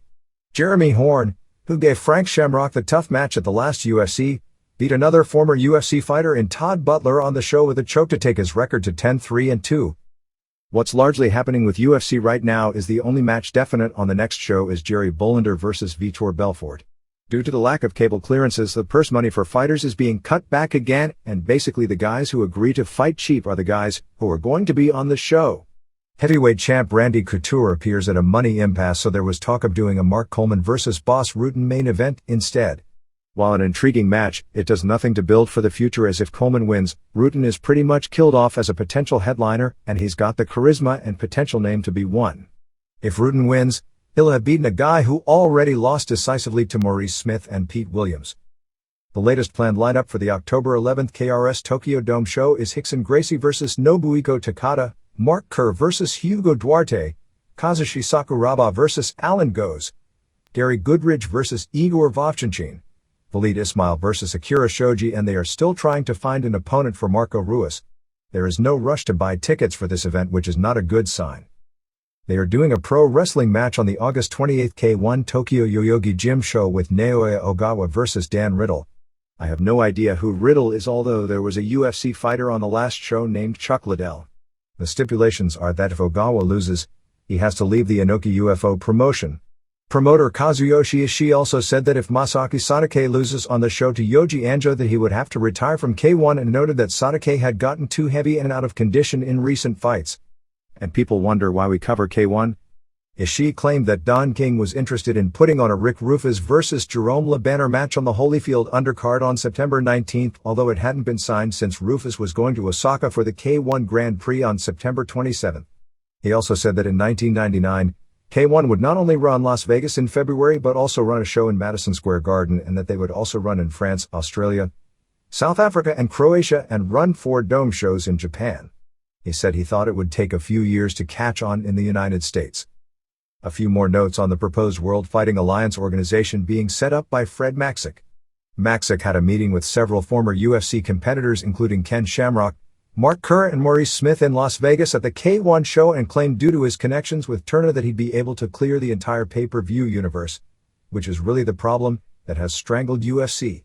Maxick's actual connections with Turner appear to be that he met Diamond Dallas Page on a plane flight, and from that was introduced to Eric Bischoff and Zane Breslov, and they agreed that he'd work with them on putting a Nitro-themed restaurant in the Excalibur in Las Vegas, but I don't think the connection goes any deeper than that. At meeting, the ideas set up included doing fights with 3 5-minute rounds for regular fights and 5 5-minute rounds for main events and title fights, and giving the ref power to stand up the fighters when the action lulls on the ground. Whether McMahon would let him is another story, but Shamrock was very interested in fighting if this group got going, and the belief is they are very interested in using him because his name is so much more mainstream due to WWF. There was talk of doing a pay-per-view before the end of this year, but that seems rushing things. There is also talk of them running a show in late October on an Indian reservation near Palm Springs, with proposed matches of Burnett versus Matt Hume, John LeBay versus Jeremy Horn, and John Lewis versus Eugenio Tadeu, but that also isn't finalized. When Shamrock was there, several of the former UFC fighters told him his timing was perfect for getting out and into pro wrestling, and several of them, including current Mark Coleman, who is said to be the most advanced of all of them, having been training in Mission Viejo, California in pro wrestling, and Chemo would be as well, but he's recovering from a torn ACL. ECW. The August 2nd pay-per-view appears to have done between an 0.20 and 0.21 buy rate, or about 70,000 buys, or about a 15% decline from the previous show, which would wind up as a $600,000 company gross. It would be logical to attribute much, if not all, of that decline to the show going head-to-head with the debut of Sunday Night Heat. It is all but official that ECW will move its pay-per-view starting times to 8 p.m. Eastern, provided Heat is renewed. WCW has still got Fall Brawl and Halloween Havoc locked into 7 p.m. starts for whatever reason, and at this point plans on moving to 8 p.m. starting with World War III in November. The deal with Sabu regarding Michinoku Pro Wrestling is that ECW has promised Michinoku 3 dates with Sabu, but Michinoku didn't ask for him in mid-August as was originally intimated. ECW is asking for 21 days notice on any dates so long as they don't conflict with a pay-per-view. New Jack had an operation on his testicles and will be out about another month. Jerry Lynn missed last weekend with a bad back but was back this week. Tammy Sitch's surgeries were having her nose fixed from a break she had gotten as a high school cheerleader, and her new breast implants put in due to medical problems with the previous pair, and her appearances won't change from the surgeries. The weekend TV aired Just Incredible vs. Sandman from August 8th at ECW Arena, which only went 4:06, with Credible winning with his spinning tombstone and caned him 3 times after the match. Sandman basically looked like he had no business in the ring, and it was a terrible match. The storyline idea was that Credible gained credibility with a pinfall on the local legend, who was almost portrayed in the commentary as an older guy hanging on. It wasn't a burial, as Sandman did an interview saying the loss lit a fire under him, and they are doing a loser gets cane match on August 29th in the same building, and the plan is to keep the program going until November to remember, although this is a tough program for Credible to look impressive in. The other match was the handicap tag title match with Rob Van Dam against the Dudleys before Sabu did the run-in to save the title. Van Dam did a really good job making it a decent match.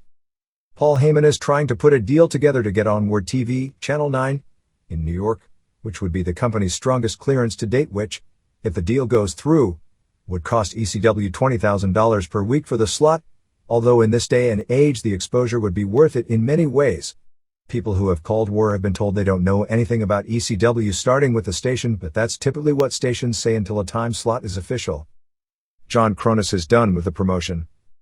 Terry Funk is interested in returning, so I guess the idea that he was taking time off to rest and do a movie was a nice way to leave WWF because of the way they were jobbing him.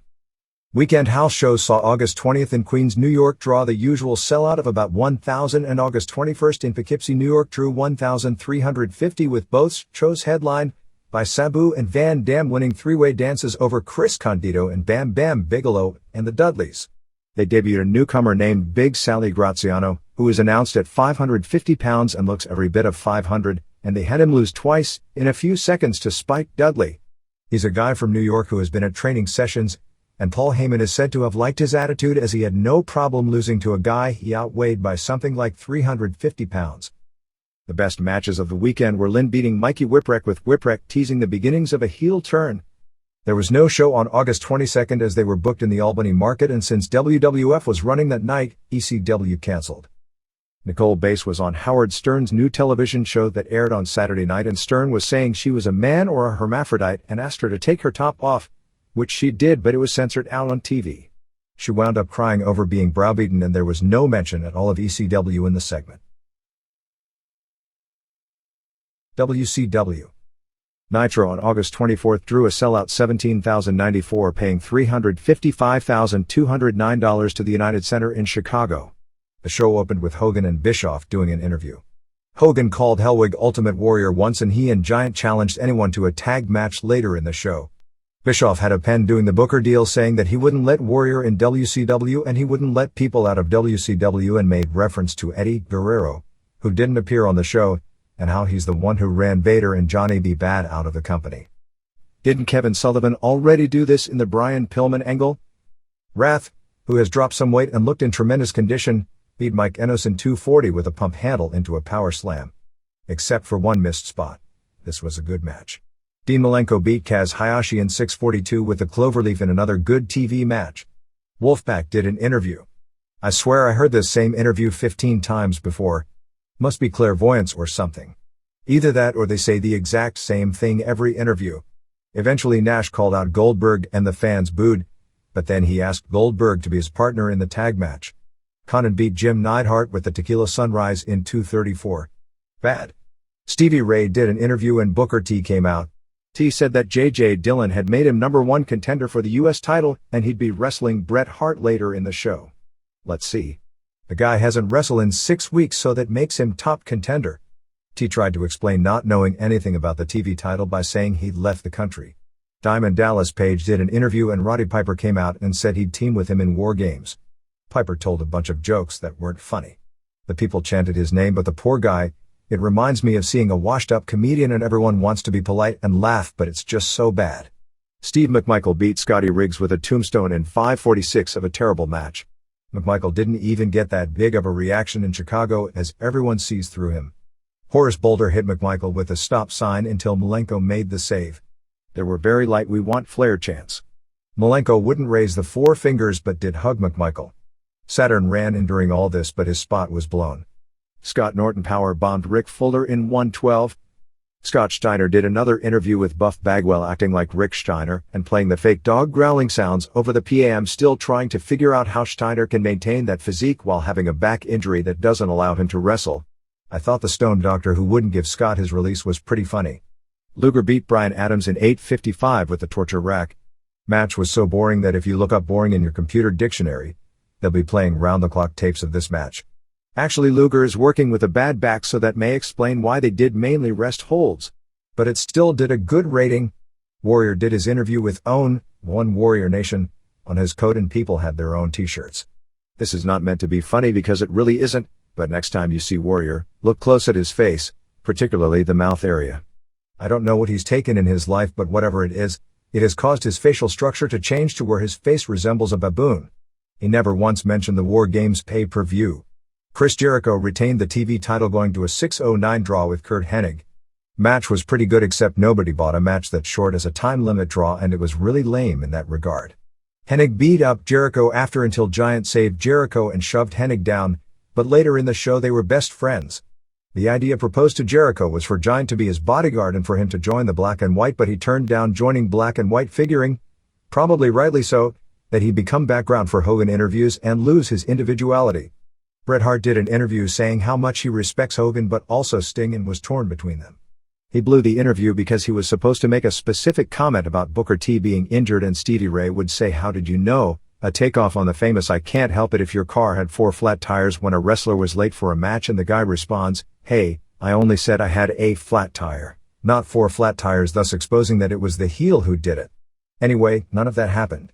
NWO came out and offered Ray a t-shirt and he accepted. Hogan and Giant versus Goldberg and Nash ended up with half the world interfering right in front of the ref, and a pinfall counted as Goldberg jackhammered Hennig. It was dreadful when Giant was in with Nash and didn't have any heat either, although it had a lot of heat for Hogan versus Goldberg, although that was no great shakes either. Hogan threw Nash out of the ring and Nash didn't seem to like being made to be a background for someone else's big save, and Giant clotheslined Goldberg over the top, so poor Goldberg and Nash were set up guys for Page, Warrior and Piper running in. For Fall Brawl, the NWO Hollywood team will be Hogan and Hart and Hall. Also on the card are Rick Steiner versus Scott Steiner, provided Scott can wrestle, probably Giant versus Meng, and most likely Malenko versus Hennig, and if able by then, Raven versus Saturn, as both have back injuries. Thunder with a taped show tied its all-time record rating with a 4.25 and a 7.47 share for the first taped show, which again shows that the show being taped means nothing negative for ratings. Replay did a 1.3 rating and 4.3 share. Very little to the show, although the Juventud Guerrera versus Psicosis match was 3.25 stars, and the four-way with Raven, Kenyon, Saturn and Horace was a good match with all the mind-numbing turns at the end that nobody cares about. Boy does Gene Okerlund look old without makeup. And somebody needs to have a calculator with all WCW announcers at all times, because math is something they aren't good at. Okerlund was talking about Giant weighing 541 and Stevie Ray weighing 303, and then mentioned about Giant having a 190-pound weight advantage. Of course, Duggan versus Darsow was horrid. They did a video feature on the history of war games and left out the most important war game stat in history, that J.J. Dillon won 62 consecutive coin tosses in the first few years of war games. Giant took the match with Ray, which actually ended in a DQ when all the NWO guys ran in, and not a choke slam and pin as reported here last week. So seriously, he came out in his clothes.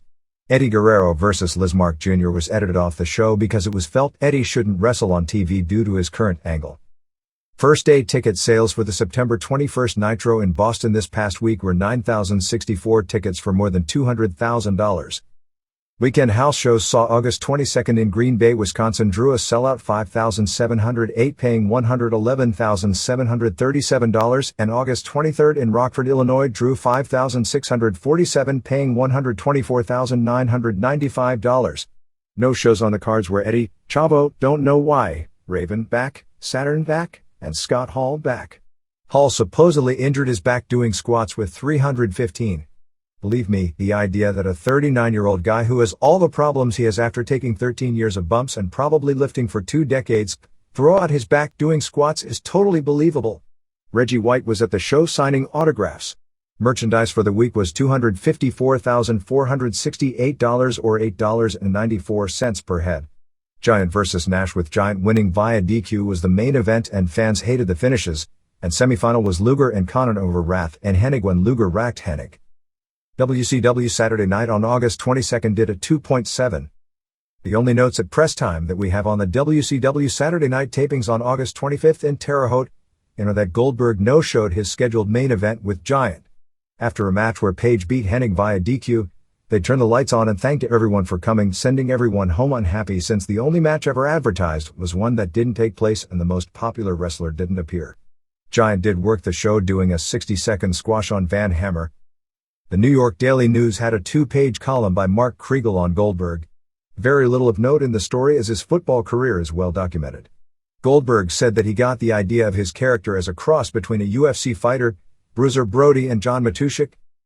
This week's injury list: Hall, back; Wayne Bloom, neck; Davey Boy Smith, knee; David Finlay, inner ear; Glacier, knee; Booker T, knee; Chris Benoit, elbow; Rey Mysterio Jr., knee, had arthroscopic surgery on August 19th and will be out for at least another month. John Noor, neck; Randy Savage, knee, Marcus Bagwell. Neck, Scott Steiner, back, Prince Aokia. Knee, Psychosis, back, La Parka, knee, Rocco Rock. Will be undergoing surgery next week for a torn rotator cuff and will be out at least 3 months, Saturn, back, Raven, back, Super Colo, back, Ray Trailer, back, and Ultimo Dragon, elbow. WWF. Raw on August 24th in Philadelphia drew a sellout 14,727, paying $283,743. The live show opened with the first taping for the WWF Latino show, which begins on Spanish television in the US, I believe, on September 12th in 30 minutes form.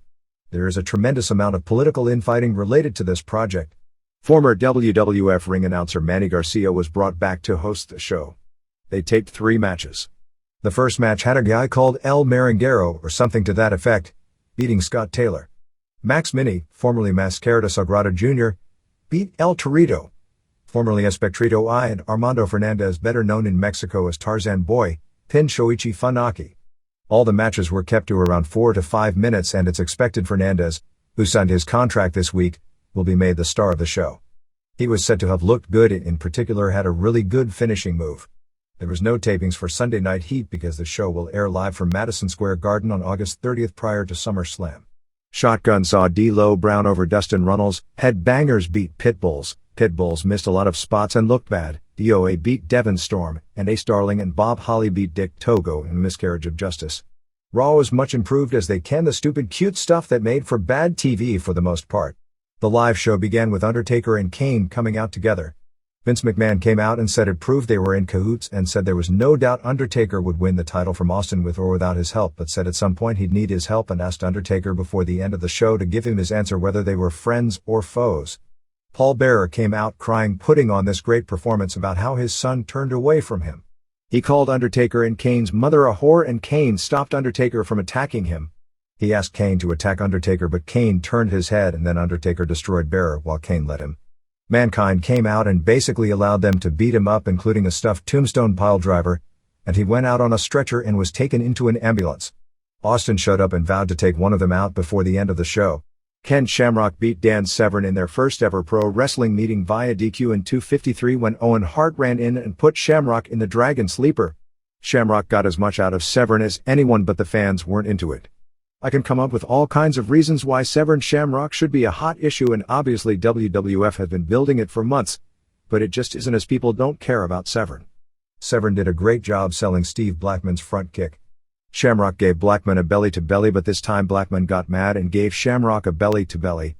Shamrock ran around looking for some referees to beat up, and when all the refs were long gone, decided to beat himself up by smashing his head against the steps. Shamrock comes across more as almost a crybaby than being dangerous in his portrayal, always getting screwed and beating up refs. Mankind beat up the ambulance attendants and escaped, and came rolling back in on a stretcher with a bag of thumbtacks. He asked what kind of an idiot would go into the Hell in the Cell knowing they'd get their ass kicked, and he said he was that idiot, and said that it wouldn't be the first time people in Philadelphia saw him get his ass kicked. He stuck a thumbtack in his face for good measure. Sable came out to introduce Kurgan vs. Mero. Sable danced with the oddities and, well, nothing will be quicker to kill her aura as a star than having her dance on television. It was almost like watching the episode with Elaine on Seinfeld. Kurgan won via DQ in 146 for a low blow in a terrible match. Jacqueline jumped Sable and the oddities made the save. X-Pac then peed in Jeff Jarrett's cowboy boots. Luckily the dog knows to leave the room when Raw starts. New Age Outlaws beat Southern Justice in 3:16 when Billy Gunn piledrove Dennis Knight and Road Dogg scored the pin. Hawk was at ringside doing commentary pretending to be stoned. He said to Lawler about remember that time in the Mid-South Coliseum when you told me now to sell your piledriver and how it got over. Eventually Hawk just collapsed and fell asleep. Jarrett came out in his socks complaining about X-Pac and then started shaving the head of one of the cameramen. People have been waiting for years in WCW to see someone shave Jackie Crockett or Doug Dillinger bald in an angle, but WCW was so stupid they let Jarrett sign with WWF. Kane beat Mankind via DQ in 7:33 of a Hell in the Cell match. A DQ in the Hell in the Cell? Mankind attacked the refs and slammed Kane's head in the door. Taker pulled Mankind off the cage from halfway up and he fell through the Spanish announcer's table. Luckily all the Spanish had long since gone home. Kane did a pescado. Kane killed him with ring steps. There were a few brutal chair shots. Both guys fell into thumbtacks. Finally, Kane used a choke slam, 2 tombstone piledrivers, 2 chair shots to the head, another tombstone on a chair before Austin came from under the ring and attacked Kane for the DQ, giving him a stunner. Undertaker climbed to the top of the cage to kick in the top and save Kane, but McMahon raised the cage. With Undertaker a million feet high, Austin gave Kane another stunner and Kane juiced big time. Undertaker vowed to meet Austin later in the show. Chyna was in the ring challenging Rocky. Rocky came out with the Nation sans the injured Godfather. They had a forklift blocking the door so DX couldn't get out of their dressing room. With all her makeup and trying to soften her look, Chyna now looks like Lily Munster with implants and after taking 2 zillion shots of testosterone. Anyway, Rocky did great mic work saying that he knew Chyna wanted him. Made some comments about her on her knees as Hart and Brown held her down. He acted like he was going to kiss her, but then said basically she was so gross he'd never kiss her and told Mark Henry to kiss her. He delivered the line great, and Henry's facials were probably the first decent thing the guy has done since entering pro wrestling. Just before Henry kissed her, Shawn Michaels came out of the crowd for the save and clocked Henry with a chair hard. Val Venus beat Taka Michinoku via DQ in 101. Good action while it lasted. Venus came off the top, but before the 3, Triple H showed up and hit both with a chair. X-Pac was having a great series of spots with Gangrel when at 137, Jarrett clocked him with a guitar for the DQ. Edge then attacked Gangrel after the match, but Gangrel liked it. They're going to do a program between these two as a takeoff on Tom Cruise and Brad Pitt in the vampire movie. Bart Gunn knocked out Bradshaw in 42 seconds in the Brawl for All championship match, where the winner was to receive $75,000 and the loser $25,000, and those numbers were supposed to be shoots in that the wrestlers were told those figures to reach the finals from the beginning of the tournament. There were again a lot of people calling thinking this match was a work. I couldn't say except that there were those suspicious among the boys as well after the fact, which is natural. The funny thing is that years ago pro wrestling people thought they were able to con the public into thinking this prearranged stuff was real. Now they can't even not fool the public when the few things that are real take place because the public doesn't believe anything, including what is real, to be real. Gunn will probably get some sort of a push out of this thing. It was funny about Michaels talking about how tough these guys were and admitting that he wasn't tough at all. Michaels was out there again on commentary. Finally, McMahon confronted Undertaker and Undertaker choke slammed him for his 53rd birthday. Austin attacked Undertaker, but Kane attacked Austin. They went off the air after a pretty nothing brawl. Al Snow was supposed to be reintroduced on this show, and they even passed out heads to make it look like he was over, but then they canned the segment. The Hell in the Cell and Severn Shamrock segments were done primarily to win the ratings, and there was also a huge ad taken out in the sports section of USA Today for Raw, which was a first. Helmsley and Rocky never had their ladder match dry run scheduled for August 16th in Columbia, Missouri. Triple H has a knee injury, and while he went on the road, what they've been doing at the house shows the past 2 weeks is having the nation jump him right as his match gets started, so they really don't even have matches. Maivia then teams with Brown to lose to the Outlaws in matches that stem from the attack. Darren Drozdov still worked all the house shows teaming with Animal to beat DOA despite a partial bicep tear. Jim Ross heavily ripped into Tony Schiavone and Eric Bischoff and their decision to say Raw was taped and that the title match would only go 10 seconds on his hotline. He noted the show was taped 6 days in advance, not weeks. There was never a title match, nor did they ever promise a match, and then noted that the WCW title match only went a few minutes on that same show. He said that Schiavone isn't all that competent an announcer and has to do what Bischoff tells him, just as he, Ross, has to do what his boss tells him, but then said how his boss was a great announcer while Schiavone's boss could never be a great announcer. Steve Austin Stone Cold said so is the top-selling sports video in the country right now and number 6 bestseller overall. WWF has 6 of the 10 best-selling sports videos, with Austin's other video being number 2, the DX video at number 3, and 3 pay-per-view videos also in the top 10, and 4 of the top 22 overall. Godfather's injuries were far more serious than known last week from landing badly after a knockdown in the Brawl for All. He suffered a broken foot, a torn cal, torn knee ligaments, and a torn hamstring. He's a complete mess and will be out a few months. Due to all the casualties, I think it should be a pretty strong consensus that the Brawl for All idea was one that ultimately didn't work. The ratings the past few weeks weren't good, but that was because they didn't have any big stars in it and put it on against some pretty strong star power Nitro competition. Kurt Angle had a strong training camp and actually debuted with his first few matches over the weekend. He worked some matches with Dory Funk in his corner as a manager and was put over on all the house shows and got a big babyface reception. We don't have a report on August 20th, but on August 21st he beat Sean Stasiak, and on August 22nd in Quincy, Massachusetts he beat Christian Cage, described as a Chris Jericho lookalike, and then won a battle royal. Funk managed Angle and Jim Cornette managed Cage, and after the match Angle and Funk cleaned house together. Giant Silva was out there trying to do old Andre spots. Former WCW jobber Barry Houston was brought to the training camp. Andrew Martin, who somewhat resembles Helmsley, as you can see they look for good-looking guys with a lot of hair and size, suffered a broken finger in training and went home to Canada to have a pin put in, but returned and wrestled on the weekend shows. The former Recon and Sniper were repacked as a tag team called the Annihilators, Seek and Destroy, which sounds nearly as promising as their last role.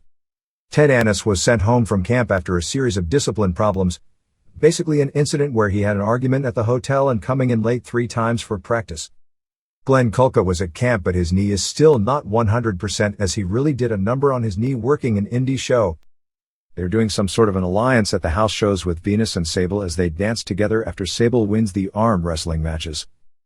Butterbean was at the Raw taping in Philadelphia but never appeared on camera, which leads to rumors he'll be Sable's partner at SummerSlam, which at one point was the plan. While he may be, he was in Philadelphia because he had a fight on August 25th and not as part of a wrestling deal. Weekend house shows saw August 21st at the Nassau Coliseum drew 13,685, paying $305,733. August 22nd at Pepsi Arena in Albany drew 12,333, paying $217,535, and August 23rd in Scranton, Pennsylvania drew a sellout 3,877, paying $79,434. Nassau and Albany were both headlined by Austin, Undertaker, and Kane in triple threat matches which ended with Undertaker brawling with Mankind and Austin stunning Kane for the pin. They also did at Nassau a cage match where DX beat the Nation. Merchandise for the week was $298,705 or $6.69 per head. As mentioned before, merchandise has taken a dip significantly in both companies over the past month. Livewire on August 22nd drew a 1.8 rating and Superstars on August 23rd drew a 2.0. Sunday Night Heat drew a 3.62 rating and 6.8 share, while this time the rest of USA's Sunday night shows were all up with strong numbers from 2.6 to 2.9. McMahon heavily praised Ric Flair in quotes this past week both in the Charleston Post-Courier and on America Online. The real statement when it comes to this issue is the checkbook, as if Flair winds up as a free agent, and if McMahon really showed strong interest in him, it's almost a lock that he would. Then whichever side truly wants him the most is the side that will get him, even though those close to the situation claim he's 70-30 leaning toward WCW. With the money both groups are generating, it isn't as if one side can afford him more than the other, as both can easily afford him if they want him. The WWF toys have put Yakks Pacific Incorporated on the map in the toy business. Yakks grossed $800,000 during the second quarter of 1998 on WWF toys alone. The WWF is among the top 5 best-selling action figures.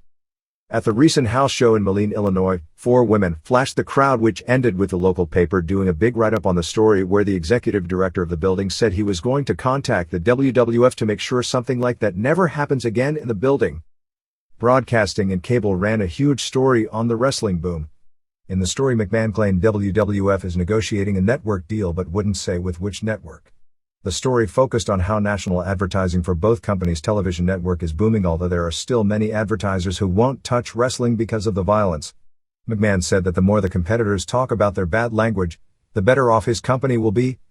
Bischoff countered by saying, out of desperation and in order to get bigger numbers, they're going with gratuitous T&A, and women mouthing the F word. I have nothing against going for hardcore adult themes, if indeed your network will allow you to do that, but I think it is irresponsible in the long term, and I think Vince is shooting himself in the foot. Bischoff noted that the WWF is using adult-themed storylines but sells ads to children's products, and that in the long run it could hurt not only WWF but the entire wrestling industry. I'd like Barry Diller, head of USA Network, to justify how he sells Super Soakers, manned MS and video games on a program that has half-naked women saying F you. Bischoff claims his company would censor profanity and punish wrestlers who use bad language on the air.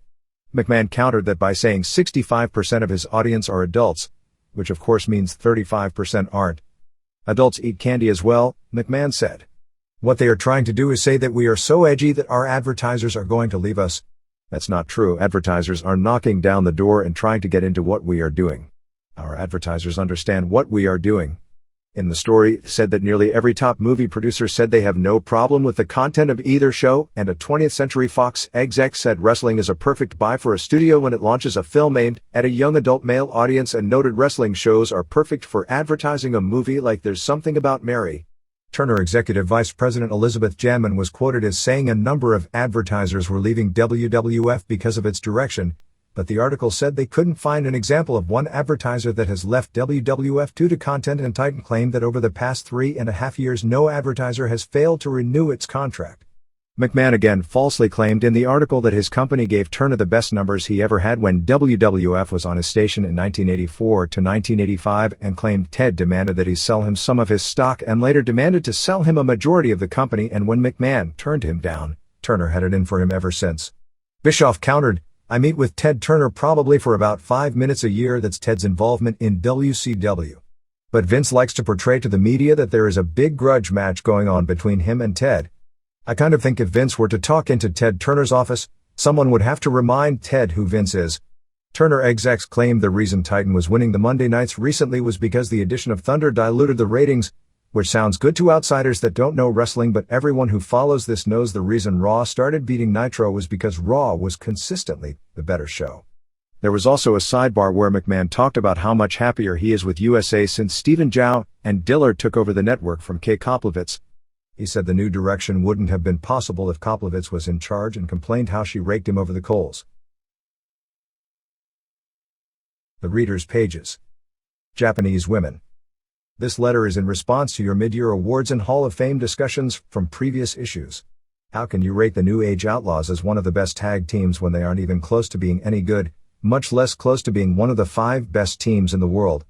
By not paying attention to Japanese women's wrestling, you are missing out on a lot of good teams.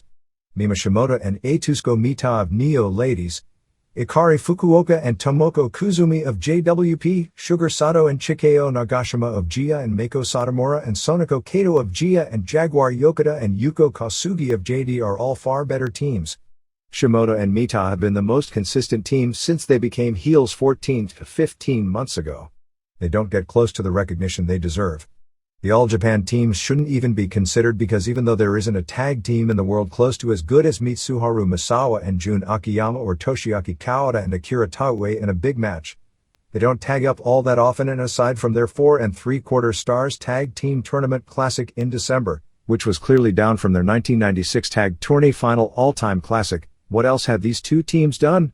If New Japan keeps the teams they put together for their junior heavyweight tag tourney together for the rest of the year, I could see voting for them because you can be certain their matches will continue to be very good week in and week out, but right now it's hard to vote for a specific team. The two GIA teams are very good and are poised to dominate tag team wrestling for several years. What can you saw about the Outlaws? If it wasn't for the fact they point each other's crotches and use their 2 catchphrases, they'd still be jobbers. Based on their actual wrestling ability, that's really about where they should be. They are decent workers at best, but all of a sudden people talk about them as being close to Tag Team of the Year because they mark out for their crap. They don't have quality matches, and once the bell rings, nobody cares about the Outlaws. For Best Brawler, there is nobody more deserving than the Queen of the Street Fights, Mayumi Ozaki. She is the most underrated and underappreciated worker of this decade. No one can brawl within the context of putting on very good to great matches like she can. Her street fight with Dynamite Kansai on March 17, 1995 was a perfect example of what a gimmick match should be and is probably the greatest street fight match ever. What separates Ozaki from the rest of the brawlers is her acting is great, her selling and psychology are very strong, and she never loses sight of what the match should be. Chris Benoit is the only wrestler whose brawling is on her level, and maybe even slightly better since he can carry inferior opponents better than Ozaki, but he hasn't been in enough great brawls this year to rate ahead of her. Cactus Jack is an overrated brawler because his main ability is taking suicidal bumps. His match with Undertaker is far and away the single most overrated match of this year. The match had no substance, and the gimmick bumps, which were the only notable thing about an otherwise average match, were in the wrong order, and that basically killed things. The whole match was 2 spots.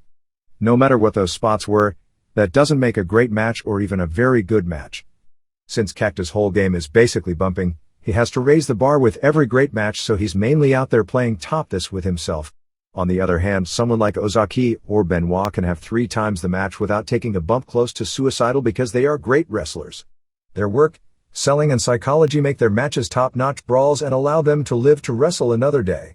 Ozaki has such a small frame that she may not be able to deliver a really stiff chair shot, and for health considerations, what is the point of that anyway? She's smart enough to know that, so she predominantly uses objects and chairs and tables as stationary props that add impact to the move. Regarding the Hall of Fame, how could Lioness Asuka not be a first ballot pick, much less be someone you consider not picking? Asuka is one of the best workers of all time. Although she is in a small promotion, she is still a top star with a recognizable name. Her credentials from her Crush Gal days could fill up an entire letter, and I'm sure you know them well, which makes this all the more puzzling. While she was not the most popular member of the most popular and influential tag team ever in women's wrestling, as far as I can tell, she has always been a better worker than Chigusa Nagayo.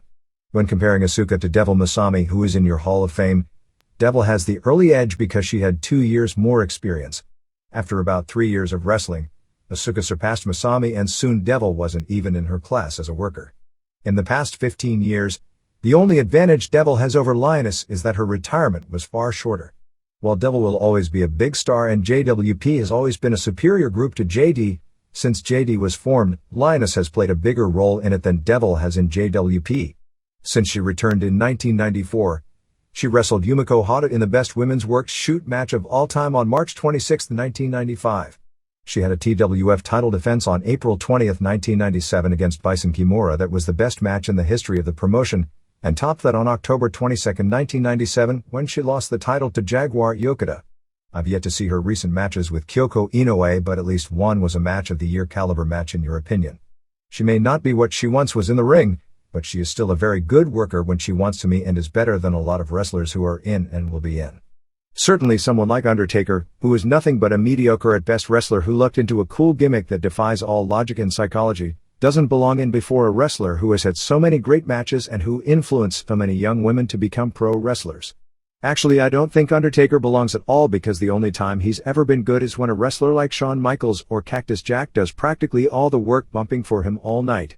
He has longevity on his side, but he's rarely if ever been truly the top star of his promotion. He isn't someone like Hulk Hogan, who you can look past how badly he sucks as a wrestler because the point of wrestling is to make money, and he was the good who could make the promotion the most money. Michael Smith and Mike Lorifus. West Babylon, New York. This is the end of this program. Thanks for watching. Comment below with your favorite wrestler, and I'll send you something. Till next time.